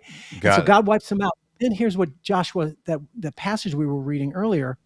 Here's what he says. He goes, this after the spies came back and they were having I'm going back to Joshua 11. So remember I said that he wiped Joshua 11:21. Yeah, from everywhere. And I stopped, but I didn't continue on because after what I read to you was, after he wiped out the Anakim, he says, only in Gaza, in Gath, and in Ashdod did some remain. So it says Joshua wiped them out, except for in the land of Philistia. So Joshua took the whole land according to all that God had spoken. So it's saying that Joshua obeyed the Lord. They wiped out all these hybrid, corrupt beings to cleanse the land, but he left some. And that's a very common theme, isn't it, throughout the whole Bible, where there's this righteousness. They get rid of the Asherah, or they get rid of all the Baal worship, but they kept the Asherahs. So all throughout the Bible, it's this notion that there's this kind of righteousness, a kind of obedience, but there's always leaving some evil. And that evil is what grows up and becomes the next monster. And that next monster is what of course, you have the period of the Judges, and there's really, I couldn't find anything about Nephilim in the period of the Judges, but where the giants come back theologically in that I also bring out in my novels is David. And this is really important because what is David? Who is David? David is the Messiah, right? We think, well, no, Jesus is Messiah. Well, the word anointed one is Messiah, and David's called the anointed one. So Jesus is the son of David, so he is truly the ultimate Messiah of all history and time. True. But he is the culmination and full embodiment of that which David also was on earth. And so David was that king that was supposed to ultimately free Israel from the last of all these demonic things, right? And become the ruler over Israel, and all the glory. And of course, we know what happened to him, but and which is why he does something, but he doesn't quite do it fully, because one day the son of David will ultimately do what David could not do. But here's what David did do, and it's kind of interesting because this is one of these passages where a couple passages in First Chronicles and 2 Samuel, we read about several giants who are hunting David. Now, we all know the story of Goliath, and so I don't even have to go there yet, right? But here's what it says. Did you know that there were 5 other giants, who were also hunting David? No, I just knew he had brothers, right? Well, that's what people say. That's all I know about that. Right. There's only one brother that the Bible says, and that's Lami. Let me read 1 Chronicles 24. And this is during the wars that David was having with the Philistines, right? Remember how it said, there were some giants left in Philistia with Joshua? Mm-hmm. And now the Bible is showing David and of course, the story of David is the story of him wiping out the Rephaim, ultimately. And remember, the valley of the Rephaim ends at the end of the story of David. And after King David, you never hear anything more about giants. Now, there is something about Nephilim in the days of Jesus, but we'll get to that some other day or later. But right now, the point here is that, so David is that Messiah, right? He's part of the seed of the woman. So they're trying to wipe out that Messiah, right? And there arose war with Philistines. Then Sibbecai, the Hushathite, struck down Sippai, who was one of the descendants of the giants.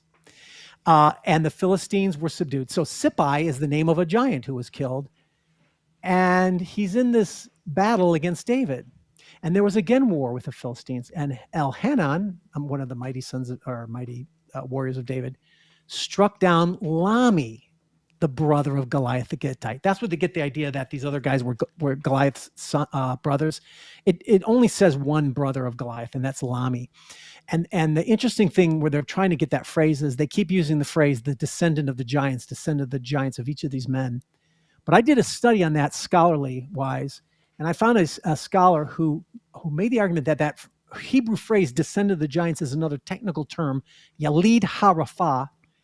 And Rapha, remember Rephaim, right? Mm-hmm. But he made the argument that the language indicates that it was most likely a religious cult of assassins. He calls it a religious cult, but I make the conclusion that it's a religious cult of assassins because all these guys are trying to kill David. And David's mighty men are the ones that stop them. So Elhanan killed Lami, brother of Goliath, the shaft of whose spear was like a weaver's beam. Okay, so Lami was also a giant, shaft of whose spear was like a weaver's beam. Same language that was used of Goliath. And there was again war at Gath, and there was a nameless man of great stature, great height, who had 6 fingers on each hand and 6 toes on each foot. That's where we get the mythology that Nephilim had 6 fingers and 6 toes, and they probably most of them did. Does that mean all of them did? I don't know, but this guy did, and that's one of the hints that he's one of these Nephilim. And he also was descended from the giants. He was Yalid Harapha. And when he taunted Israel, this giant, Jonathan, the son of Shimei, struck him down. These were descended from giants in Gath, and they fell by the hand of David and by the hand of his servants. But there's a few more spoken of in 2 Samuel 21. And it says, Ishbi-Benob. Ishbi-Benob, that's Benob means son of a Ob, which was a necromancer. So his name he's Ishbi, son of a necromancer. One of the descendants of the giants, Yalid Harapha, whose spear weighed 300 shekels. So he's another giant who was armed with a new sword, thought to kill David. This is where I get the notion that they're assassins, because it doesn't say this of all of them, but it's listing out the giants, and then it sort of shows the context, shows you that they're out to kill David. But Abishai killed him, and then men swore, you shall not go out to battle lest... So David was out in battle, and these giants were trying to get him, and then that's when they tell him, don't go out to battle anymore, it's too dangerous, right? And then it says there was again war with the Philistines of Gob, Sibbecai the Hushathite. We already, some people think that might be Sippai in the previous passage, but anyway, no, I was wrong. Sibbecai is a Jew who struck down Saph, who was one of the descendants of the giants. And so there are more. So in these passages, we see these multiple guys. Ultimately, I think there's 5 of them. And the point is they're out to kill David. Why? Because he's the seed of the woman and they are the seed of the serpent. So at least biblically, there's a theological message that's being communicated here. And like I mentioned, David ends up wiping out the Rephaim of the land, and he kills all these giants. And the concept there is the Messiah King killed all the Rephaim, but David did not fulfill his complete messiahship. So there's still more stuff that has to be taken place, which Jesus ultimately would accomplish. There's another one, 1 Chronicles. Oh, this is the only other place where another giant is actually, it's kind of interesting because it gives his size. 1 Chronicles 11:23. Again, it's talking about David's mighty men who are killing the people who are trying to kill David. Benaiah struck down an Egyptian, a man of great stature. Is great stature a metaphor for just mighty warrior? No, because it says he was 5 cubits tall. The Egyptian had in his hand a spear like a weaver's beam. There it is, the Goliath language again. So 5 cubits. Cubits are about 1.5 feet. So he was about 7.5 feet. That's a son of the giant. So that's a big dude. Yeah, a descendant of the giants. He's a big dude. And the point is that those are the giants. And there's more. There's actually more. But how, anyway, how big's a weaver's beam? That comes up over and over. Do you have a footnote for that? To be honest, I have the footnote in my book, When Giants Were Upon the Earth, but I've forgotten. Well, people need to go to Godawa.com, buy this series. Or at least buy the book. If you don't like fiction, this is one of the reasons why I give theology books too. I write theology books because some Christians don't like fiction. They just want to get the Bible study. And so When Giants Were Upon the Earth is the Bible study of all this stuff, right? Okay. Do your feet ache and throb in pain with every step you take every day of your life? Well, kiss those days goodbye with slippers from MyPillow.com. How about that flimsy, flat little excuse for a pillow that's nothing but 8 hours of disappointment, causing you pain in your neck every single night? You can wake up with nothing but butterflies and rainbows around your head with a MyPillow pillow. Those hardwood floors hurting your old bones? no more with a MyPillow dog bed.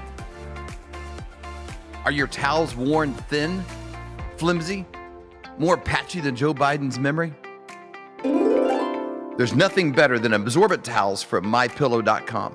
For all of these products and more, go to MyPillow.com and use promo code FLYOVER for up to 66% off.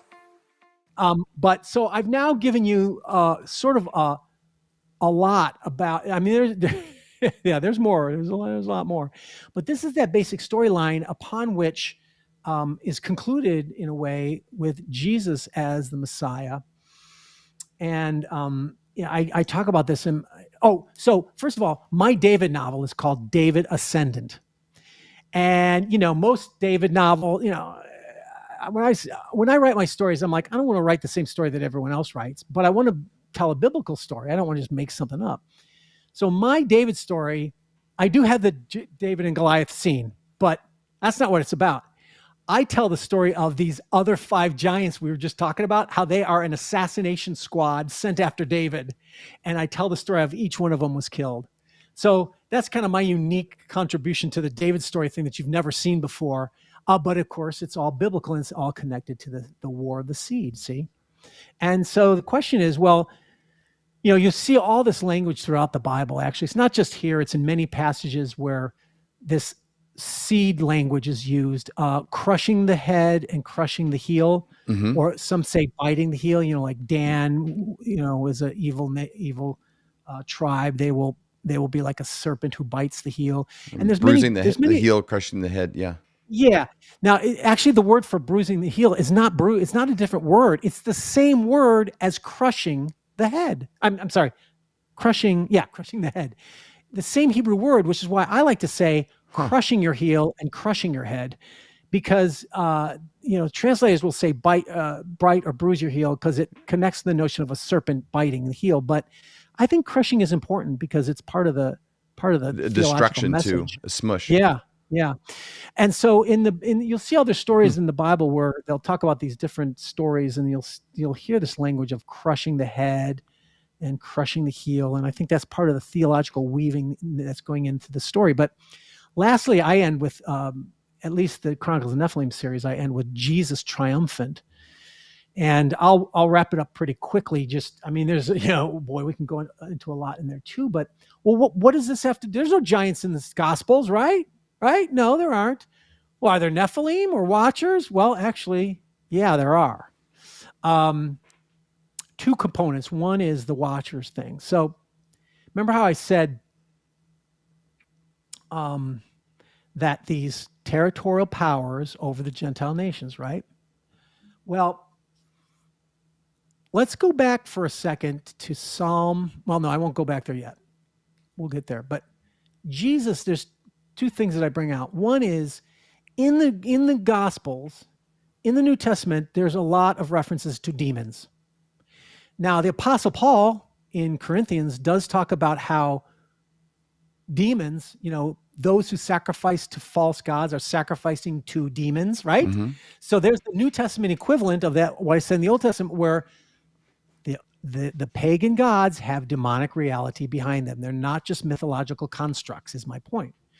So there's that going on still in the New Testament. But here's the interesting thing. The Bible talks about demons. This is another notion that many Christians have a misunderstanding of because of the imprecise language of this word demons, and or the lack of details. And the demons are evil spirits. And one of the misunderstandings of demons is that Christians call them, they're fallen angels. Fallen angels, right? Fallen angels. And then that's where we get this concept of, like, maybe in the Old Testament, these angels fell, they're demons. Like, no, actually, that's not what demons are. Demons are evil spirits without bodies. They're looking for habitation. Okay. The Bible doesn't say where evil spirits come from. The only demonic possession in the Old Testament is Saul. He's haunted by an evil spirit, right? There's demonic language, obviously, but in terms of how we understand demons now, when we think of demons, we think fallen angels, but they're not fallen angels. Now, the Bible doesn't say unfortunately, the New Testament doesn't tell us where they come from. However, there is intertestamental literature that does argue that demons are actually something specific. Before I go there, I want to say this. Angels, so they're not fallen angels. Well, why do you say that? Well, because demons are spirits, evil spirits looking for bodies. But what did we say angels were earlier? Angels have bodies. They're heavenly bodies, heavenly flesh. That's what Jude said. They have flesh, but it's a different kind of flesh. It's not earthly flesh, but it's flesh. So a demon cannot be a fallen angel because an angel has a body. And so that's one of our common misnomers. And that's why these angels are these heavenly host beings and these watchers, and they are different creatures. Now, I would say they're demonic in the sense that they're evil, spiritual evil. But literally, the demons that Jesus are casting out of people, that's not what they are. So what are they? Well, the Bible doesn't literally say. However, the Bible quotes Bible quotes an intertestamental literature called the Book of Enoch. And where that's quoted is also in Jude. And that's where Jude says, Enoch says that, the Lord will come with 10,000 of his myriads of his holy ones to bring judgment. And he's literally quoting from the Book of Enoch. Mm-hmm. Now, there's all kinds of arguments that people make, why that, it doesn't mean Enoch's not scripture, but I don't believe Enoch's scripture. But if you look at the whole book of Jude, the whole letter of Jude, you actually find he's making multiple references to concepts from the Book of Enoch, not just that quote, but he's quoting from Enoch, which means you don't have to think Enoch is literature, but you do have to give it the kind of respect that the early church gave it. The early church, some believed Enoch, first Enoch, there's multiple, first Enoch, second Enoch, third Enoch. I'm only talking about first Enoch. But the early church, all the early church believed that the book of first Enoch was either scripture, or if it's not scripture, it's still legitimate historical or theological works that they can draw from. They respected it. It had some kind of authority, even if it wasn't biblical authority. Why did they do that? Because he's quoted and referred to in the book of Jude and multiple other. It's not a booklet, but it is an article called Enoch. The Book of Enoch. Heresy or scripture or heresy. But if you get my book, When Giants Were Upon the Earth, you will get a complete chapter on the Book of Enoch. And I explain a lot of this and why we as Christians, I used to think, only the Bible. And I'm sola scriptura in that the Bible is the sole ultimate authority. But that doesn't mean it's the only authority. And it doesn't mean it's the only book that says anything true. So it's like there can be truth in other theological works. How do we know it's true? Well, if the Bible quotes from this other literature, right, then at least you can say as a Christian, I don't believe it's scripture, but I believe there's legitimate ideas in that book, because the scriptural authors would not quote and refer to it from multiple cases. Jude refers to all these things. I explain that all in my it's book. a common language they would have between each other, because if I said to you in this conversation, hey, save 10% for the big guy. Well, if somebody came 300 years from now and they looked at that, they would have known that was just a common slang that I would have said, and you would have known who I was talking about. Yeah, exactly. So it would have been like something out of context, and I wouldn't even have to explain it, because you know exactly everything that I was talking about in the case and the insinuation that's involved. And so I think if people are looking back on this, you would have to also know that I'm talking about that person. And my chapter on Enoch in that book, it sort of describes my own personal journey. Because again, I'm an evangelical Christian who's kind of have tended to see the Bible as, I'm not tended. I mean, the Bible is my ultimate authority for truth about God. And so for me, I had always had problems with the book of Enoch because, it's not scripture. But when I finally faced the fact that not only Jude, but several other passages refer to the book of Hebrew in the New Testament, refers and quotes from Enoch, I have to change my thinking on that. I have to at least say, well, okay, even if it isn't scripture, I have to accord it some value because the scriptural authorities are according it value, right? So if I'm going to be sola scriptura, I have to respect the Book of Enoch. And I'm making all this argument because it was hard as a Christian. Again, I feel like we've been, and I come from a typical evangelical background, so I've had all the prejudices and biases that they have, and I've had to work through them all. And that's why I'm sharing these details in the hopes that others who are listening can not react so negatively. It's heresy or whatever, as many Christians often do, because they don't think through things. Well, you'd probably been uncomfortable at a dinner table with Jesus and Jude, and you'd have been a little bit out of step when they're making references. You've been like, I don't get the joke. I don't get what you're talking about. You'd be this third wheel if you had that cut off from your thinking. Now, the reason why I'm laying all this down is because in the Book of Enoch, remember I said that the Bible does not say where demons come from. It just says they're evil spirits. But the Book of Enoch does have an argument where the evil spirits come from. And the argument is they are the spirits of the dead Nephilim. Remember before the flood, remember the ones who died in the flood, remember they're hybrid beings. So what they believed was the demons that are floating around in the air, so to speak, I mean, their concept was, they're floating around in the air and then they're looking for bodies to inhabit. Well, think about this. If the Bible talks about when humans die, they go to Sheol or Hades, right? The Bible talks about the place of the dead. Of course, there's differences now in the New Testament, but nonetheless. And it says no one has ever escaped the place of the dead, right? So no man comes back except for those resurrected by God himself, of course. But so the idea there was, biblically speaking, evil spirits couldn't be human spirits, right? And then they couldn't be spirits of angels because angels are in the heavenly realm. And if I don't know where you get the idea that an angel could die and then his spirit, maybe you could, but the idea was that angels are intrinsically within that heavenly realm. Mm-hmm. But remember, if the Nephilim were hybrids of human and angels, then they would be this strange creature that as an angel, it couldn't go to Sheol because humans die and go to Sheol. But as a human, it's not like it would go to heaven. So where would it be? It would wander the earth because of the fact that it's a hybrid nature. And of course, it's malicious, as the Bible says the Nephilim were basically malicious, right? So that's where this idea of demons are the dead spirits, the spirits of the dead Nephilim. And here's why I think that's important. Well, what's the point? Well, so what I'm saying is I accept that as a strong possibility. Mm-hmm.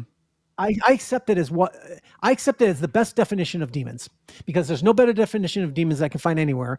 And it fits the theology of the Bible in this sense. Think about what I've been talking about. The war of the seed has been that the seed of the serpent, right? The Nephilim, the hybrid, the evil monsters, whatever, trying to stop the bloodline of Messiah. And David wipes them out physically. There's no more mention of giants after that, but they're still evil and there still has to be a Messiah, and the land is still polluted and corrupt. How so? How is that? Well, not only were, there's a worship of false gods and stuff still going on in Israel, but when Messiah does come, he is the one that is cleansing the land for his rule. And if the Nephilim are dead spirits, that's why he has to cast them out and cast them into the abyss and get them out. He's got to do the cleansing of the land that was never fully done with David, see? And so he's doing what David did, but he's doing it in a final sense. Wow. But here's one more connection. How long have we been going here? I don't want to keep this going forever, but we're great. Are we good? If people can't do it, they can break it up into right. chunks, or okay. They can get a discount. Okay. This is really cool. Oh, this is cool. So I'm having a blast, by the way. My brain is just in party mode, cool. Just learning all this stuff. It's so good. I wish you'd have been around like when I was in grade school and you could have been like my like my Bible teacher, because this is it makes the stuff that when you're talking about sin and all the things, like this makes it in a context where you realize what we're actually trying to do here and what the enemy really is. Yeah. So, but remember how some people have pointed this out. Like the Old Testament doesn't really speak much about, it speaks about occultic things and evil, but there's not about demons and evil spirits running around. You know what I mean? There's no, like I said, there's maybe one possession at most that you really hear about. There's demonic things, but not like in the days of Jesus. Like you don't hear about that until Jesus comes. And then all of a sudden, all these possessed people, right? And he's going on casting them out. Well, what's going on? Well, I think what's happening is they recognize the Messiah, the seed of the woman has come to kill us. And so that's what, all of a sudden there's this rise of demonic possession that's going on in the arrival of Jesus. That's that sort of climactic final battle between the seed of the serpent and the seed of the woman, and then, and there's so many cool theological connections going on, but what was I getting to? So he cleanses. Now there's one other component going on here. And you know how the New Testament talks about how Jesus crushed the serpent at his crucifixion. So Satan thought he won, right? When he killed the Messiah, he thought he bit the heel of Messiah, and he was wounded, but the ultimate Messiah rose from the dead, and he crushed the head of the serpent. So that's his victory over Satan and over death, was the resurrection. Now remember, this is also connected to all the Watchers. Well, what do you mean? What do you mean? There's also a culmination of the Watchers in the Gospels. Going way back to that passage, we were first talking about Psalm 82, where I talked about how God has given the rule over these Gentile nations as to these beings, these gods. And what does he say? You rescue the weak and the needy, deliver them from the hand of the wicked, give justice to, you're supposed to rule justly, but you have not. They have neither knowledge nor understanding. They walk about in darkness. All the foundations of the earth are shaken. That's metaphorical language. Foundation of the earth shaken is the spiritual destruction of what's going on. It's used constantly throughout the Bible. And then he says this, I said, you are gods, sons of the Most High, all of you. Nevertheless, like men, you shall die and fall like any prince. Remember that? You're going to be judged. You rulers of Gentile nations, you're going to be judged and you're going to die like men. In other words, you're going to be killed and destroyed like men, which only God could do, right? Like we tend to think of angels or, these divine beings. Well, they're eternal. No, they're not. God can destroy them, and they're not intrinsically immortal. God keeps them alive, but God can kill them and destroy them as their judgment. That's what he's promising. When does this happen? Well, my argument is this. The very last verse of Psalm 82 says, arise, O God, judge the earth or the land. By the way, this is another one of the many misnomers of translations in Christians in modern English. The word earth is a bad English translation to use for the original Hebrew. Why? Well, because when we think of earth, what do we think of? We think of a globe, don't we? Yeah. We think of this globe in space. That's not how they thought of it. The word actually meant land. And the thing is, the word land could mean either dirt, you pick up land, dirt, or it often meant the land of Israel. Or it could mean the land, all the land that you see, because they didn't know about a globe. They just thought of whatever all the land is. That's what. Now you could argue, well, that includes the globe, even though they didn't mean the globe. But the point is, they don't think in terms of globe. It's the land. But nonetheless, arise, O God, judge the land, for you shall inherit the nations. Now, remember when I said inheritance? The sons of God inherited the nations. Now he's saying, arise, O God, judge, you shall inherit the nations. You shall take away the inheritance that has been given to. So the judgment is he's going to destroy them and kill them and disinherit them. Take away their inheritance of, and what was their inheritance? The Gentile nations. Now there's a key word here that says, arise, O God. And that word in the Greek Septuagint is anesti. Anesti is the same word used of the resurrection of Christ. And the Apostle Paul in passages will often refer to that. He will quote Old Testament passages that talk about, God will raise a standard. And he says that's the resurrection. So I believe this is basically saying that when Messiah comes, he will raise from the dead, and through his resurrection, he will inherit the nations. He will disinherit all those territorial powers. And this is what is the gospel. What does the gospel say? Before the Messiah came, all the nations were in bondage to these territorial powers, and only Israel had God. And they were in bondage. They were under their authority. But when Messiah comes, what does it say? He will include the Gentiles by faith in, that's the gospel, right? Gentiles will come into the family of God, come into Israel, and by faith, they will become one. So what does that mean? Well, when Jesus comes, through his resurrection is his power. That's when he disinherits the nations. It's kind of like this. Imagine that these sons of God, territorial powers, all had deeds. Like, you have a deed for land, right? Or a deed for your house. Well, Messiah, through his resurrection, takes those deeds away from them. You no longer have power over the Gentiles. They're no longer in darkness. And now I will bring them into my kingdom.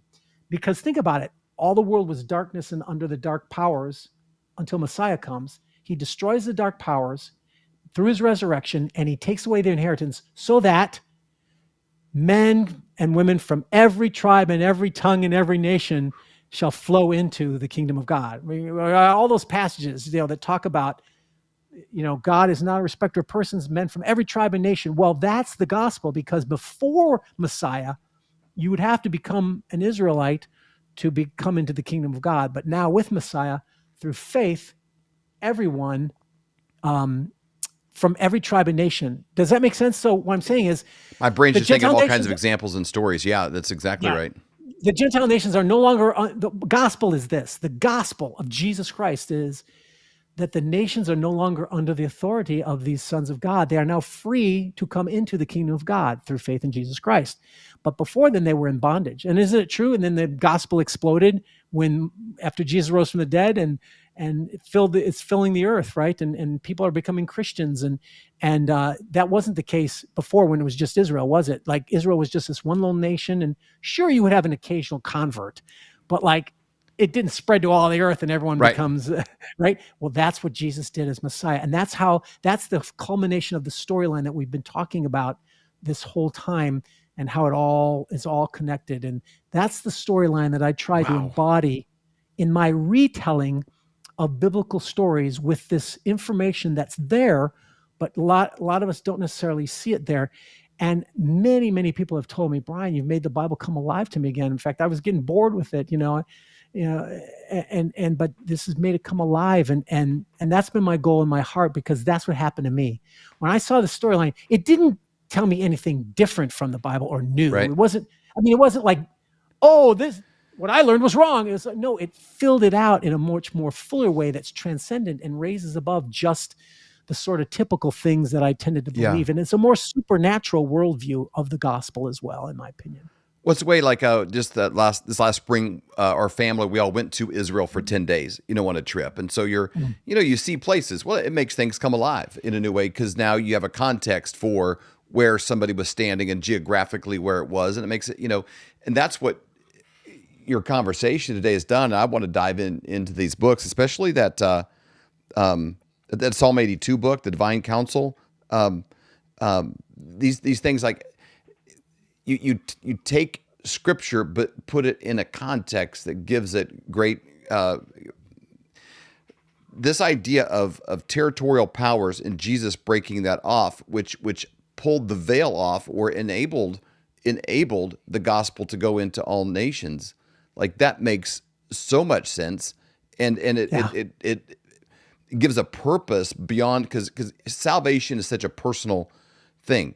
That's what makes Christianity a unique thing. It's not like, okay, because I'm a part of a group. It's like, okay, I personally have to ask Jesus as my personal savior. My wife can't do push-ups for me. She can't stand before God for me. It is my own thing. But also our call from from really the beginning of time is go and multiply and subdue the earth, was the original call, but it sounds like that was interrupted a little bit with then, okay, I'll give you over to these regional powers, which then ties into Jesus making a new thing possible to share the gospel, the good news that now his authority can go into all spaces, and we don't have to be grafted into something new, that it pulls into all people, all tribes, all tongues, all languages. Yes, and what my particular gifts and talents do is just my ability is I'm all for doctrine. Doctrine is basically truthful statements about God and reality and us. But I also recognize that doctrine can be boring for some people because it's just sort of like, learning this statement is true, this statement is true, whatever. Some people have a hard time grasping doctrinal truths. So what I try to do is I try to show the story of doctrine. I try to embody the doctrine into the story so that it's a story of truths that you're actually entering into. It's not just, okay, I believe this right thing, this right thing, this right thing, whatever. But if you understand the story, it makes all those doctrines come alive within the story and the narrative, that we are narrative creatures. We're storied creatures. Yeah. And I think we need story to incorporate the doctrine. And I think it becomes much more rooted and deeper than just these statements of truth. You know what I mean? That's been my, been my heart and my calling, I think. Well, I got, cards and cards here full of notes, and a lot of work to do ahead of me. One of them is going through these books, but as kind of as like an addendum to the movie here, a bonus feature on the DVD, so to speak. What message would you say this has for people alive right now? And then how would you say these concepts apply to the struggles that are going on in the world? It seems like there's been a push for a one world government globalist kind of view going back to Old Testament. It seems to be the push now. It seems to me very encouraging to realize that, man, there was a Nephilim put, there was all of these things, and like good has prevailed.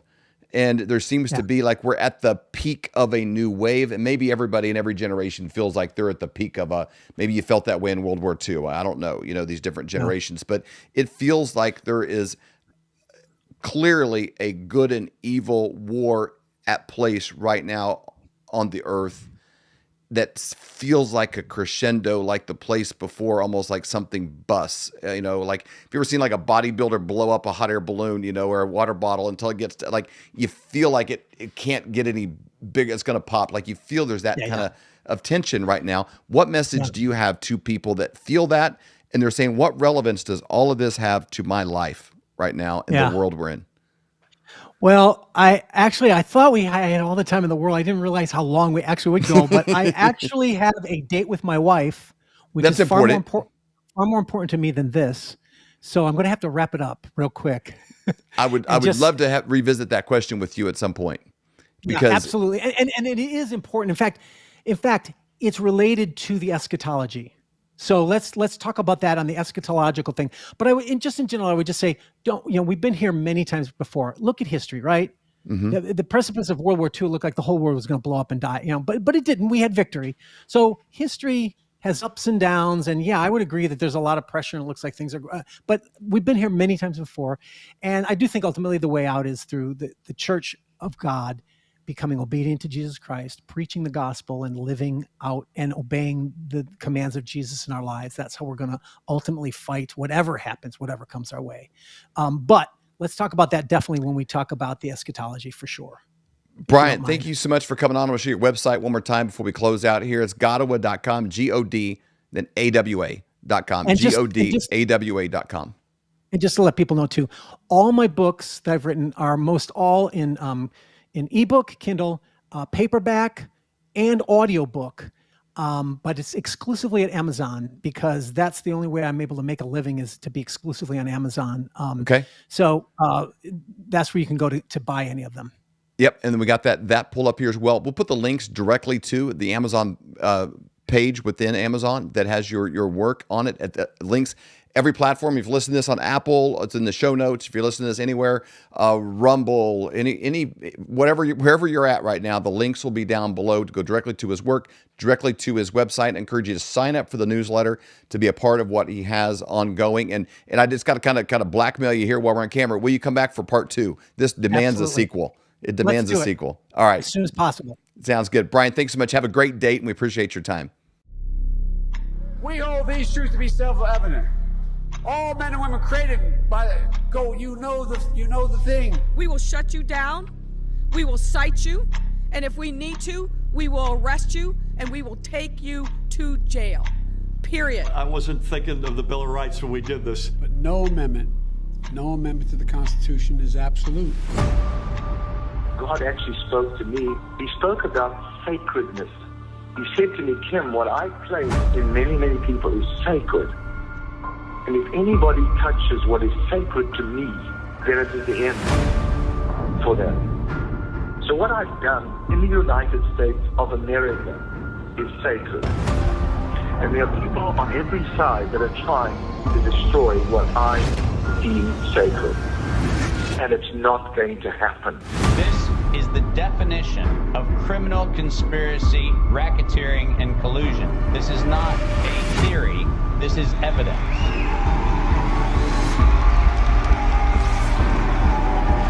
Because I have upheld this country to spread a light to the rest of the world. When you choose to go against the sacred thing that God put into the very heart and the soil of this nation, this was sacred to God.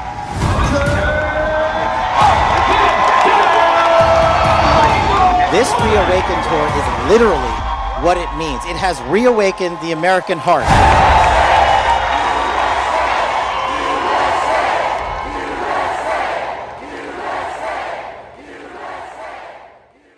Are you having a hard time sleeping at night, thinking, what am I going to do about my finances? You know, times are really changing. They're changing fast. Let me give you a quick example of how in 1920, if you had a $20 bill and 1 ounce of gold, you could go into any men's clothing store and buy an entire suit. You could buy the jacket, the shirt, the belt, shoes, the whole bit. Today, that $20 bill, what's it going to get you? Not much. Maybe the socks, maybe a handkerchief, but the 1 ounce of gold could still buy you the entire suit at any men's store in America. That's the difference. That's what inflation does to your dollar. It's a deflating dollar caused by inflation. Now today, that's happening faster than ever. You need somebody that you trust that can help get you out of a fake currency and into something that's going to keep you safe. And we know a guy that has 2 PhDs by the name of Dr. Kirk Elliott. We have known him for over 25 years, and he's someone we completely trust. You need somebody that you can get a hold of, somebody that's going to be there for you to get back out of it, and then maybe back into the stock market, maybe back into something else when things settle down. But right now is not that time. You need somebody that you trust and somebody you can call and make those worries go away. That's exactly right. So you can go to flyovergold.com, fill out your information for a free consultation, or you can call 720-605-3900. Do it today. You'll be glad you did.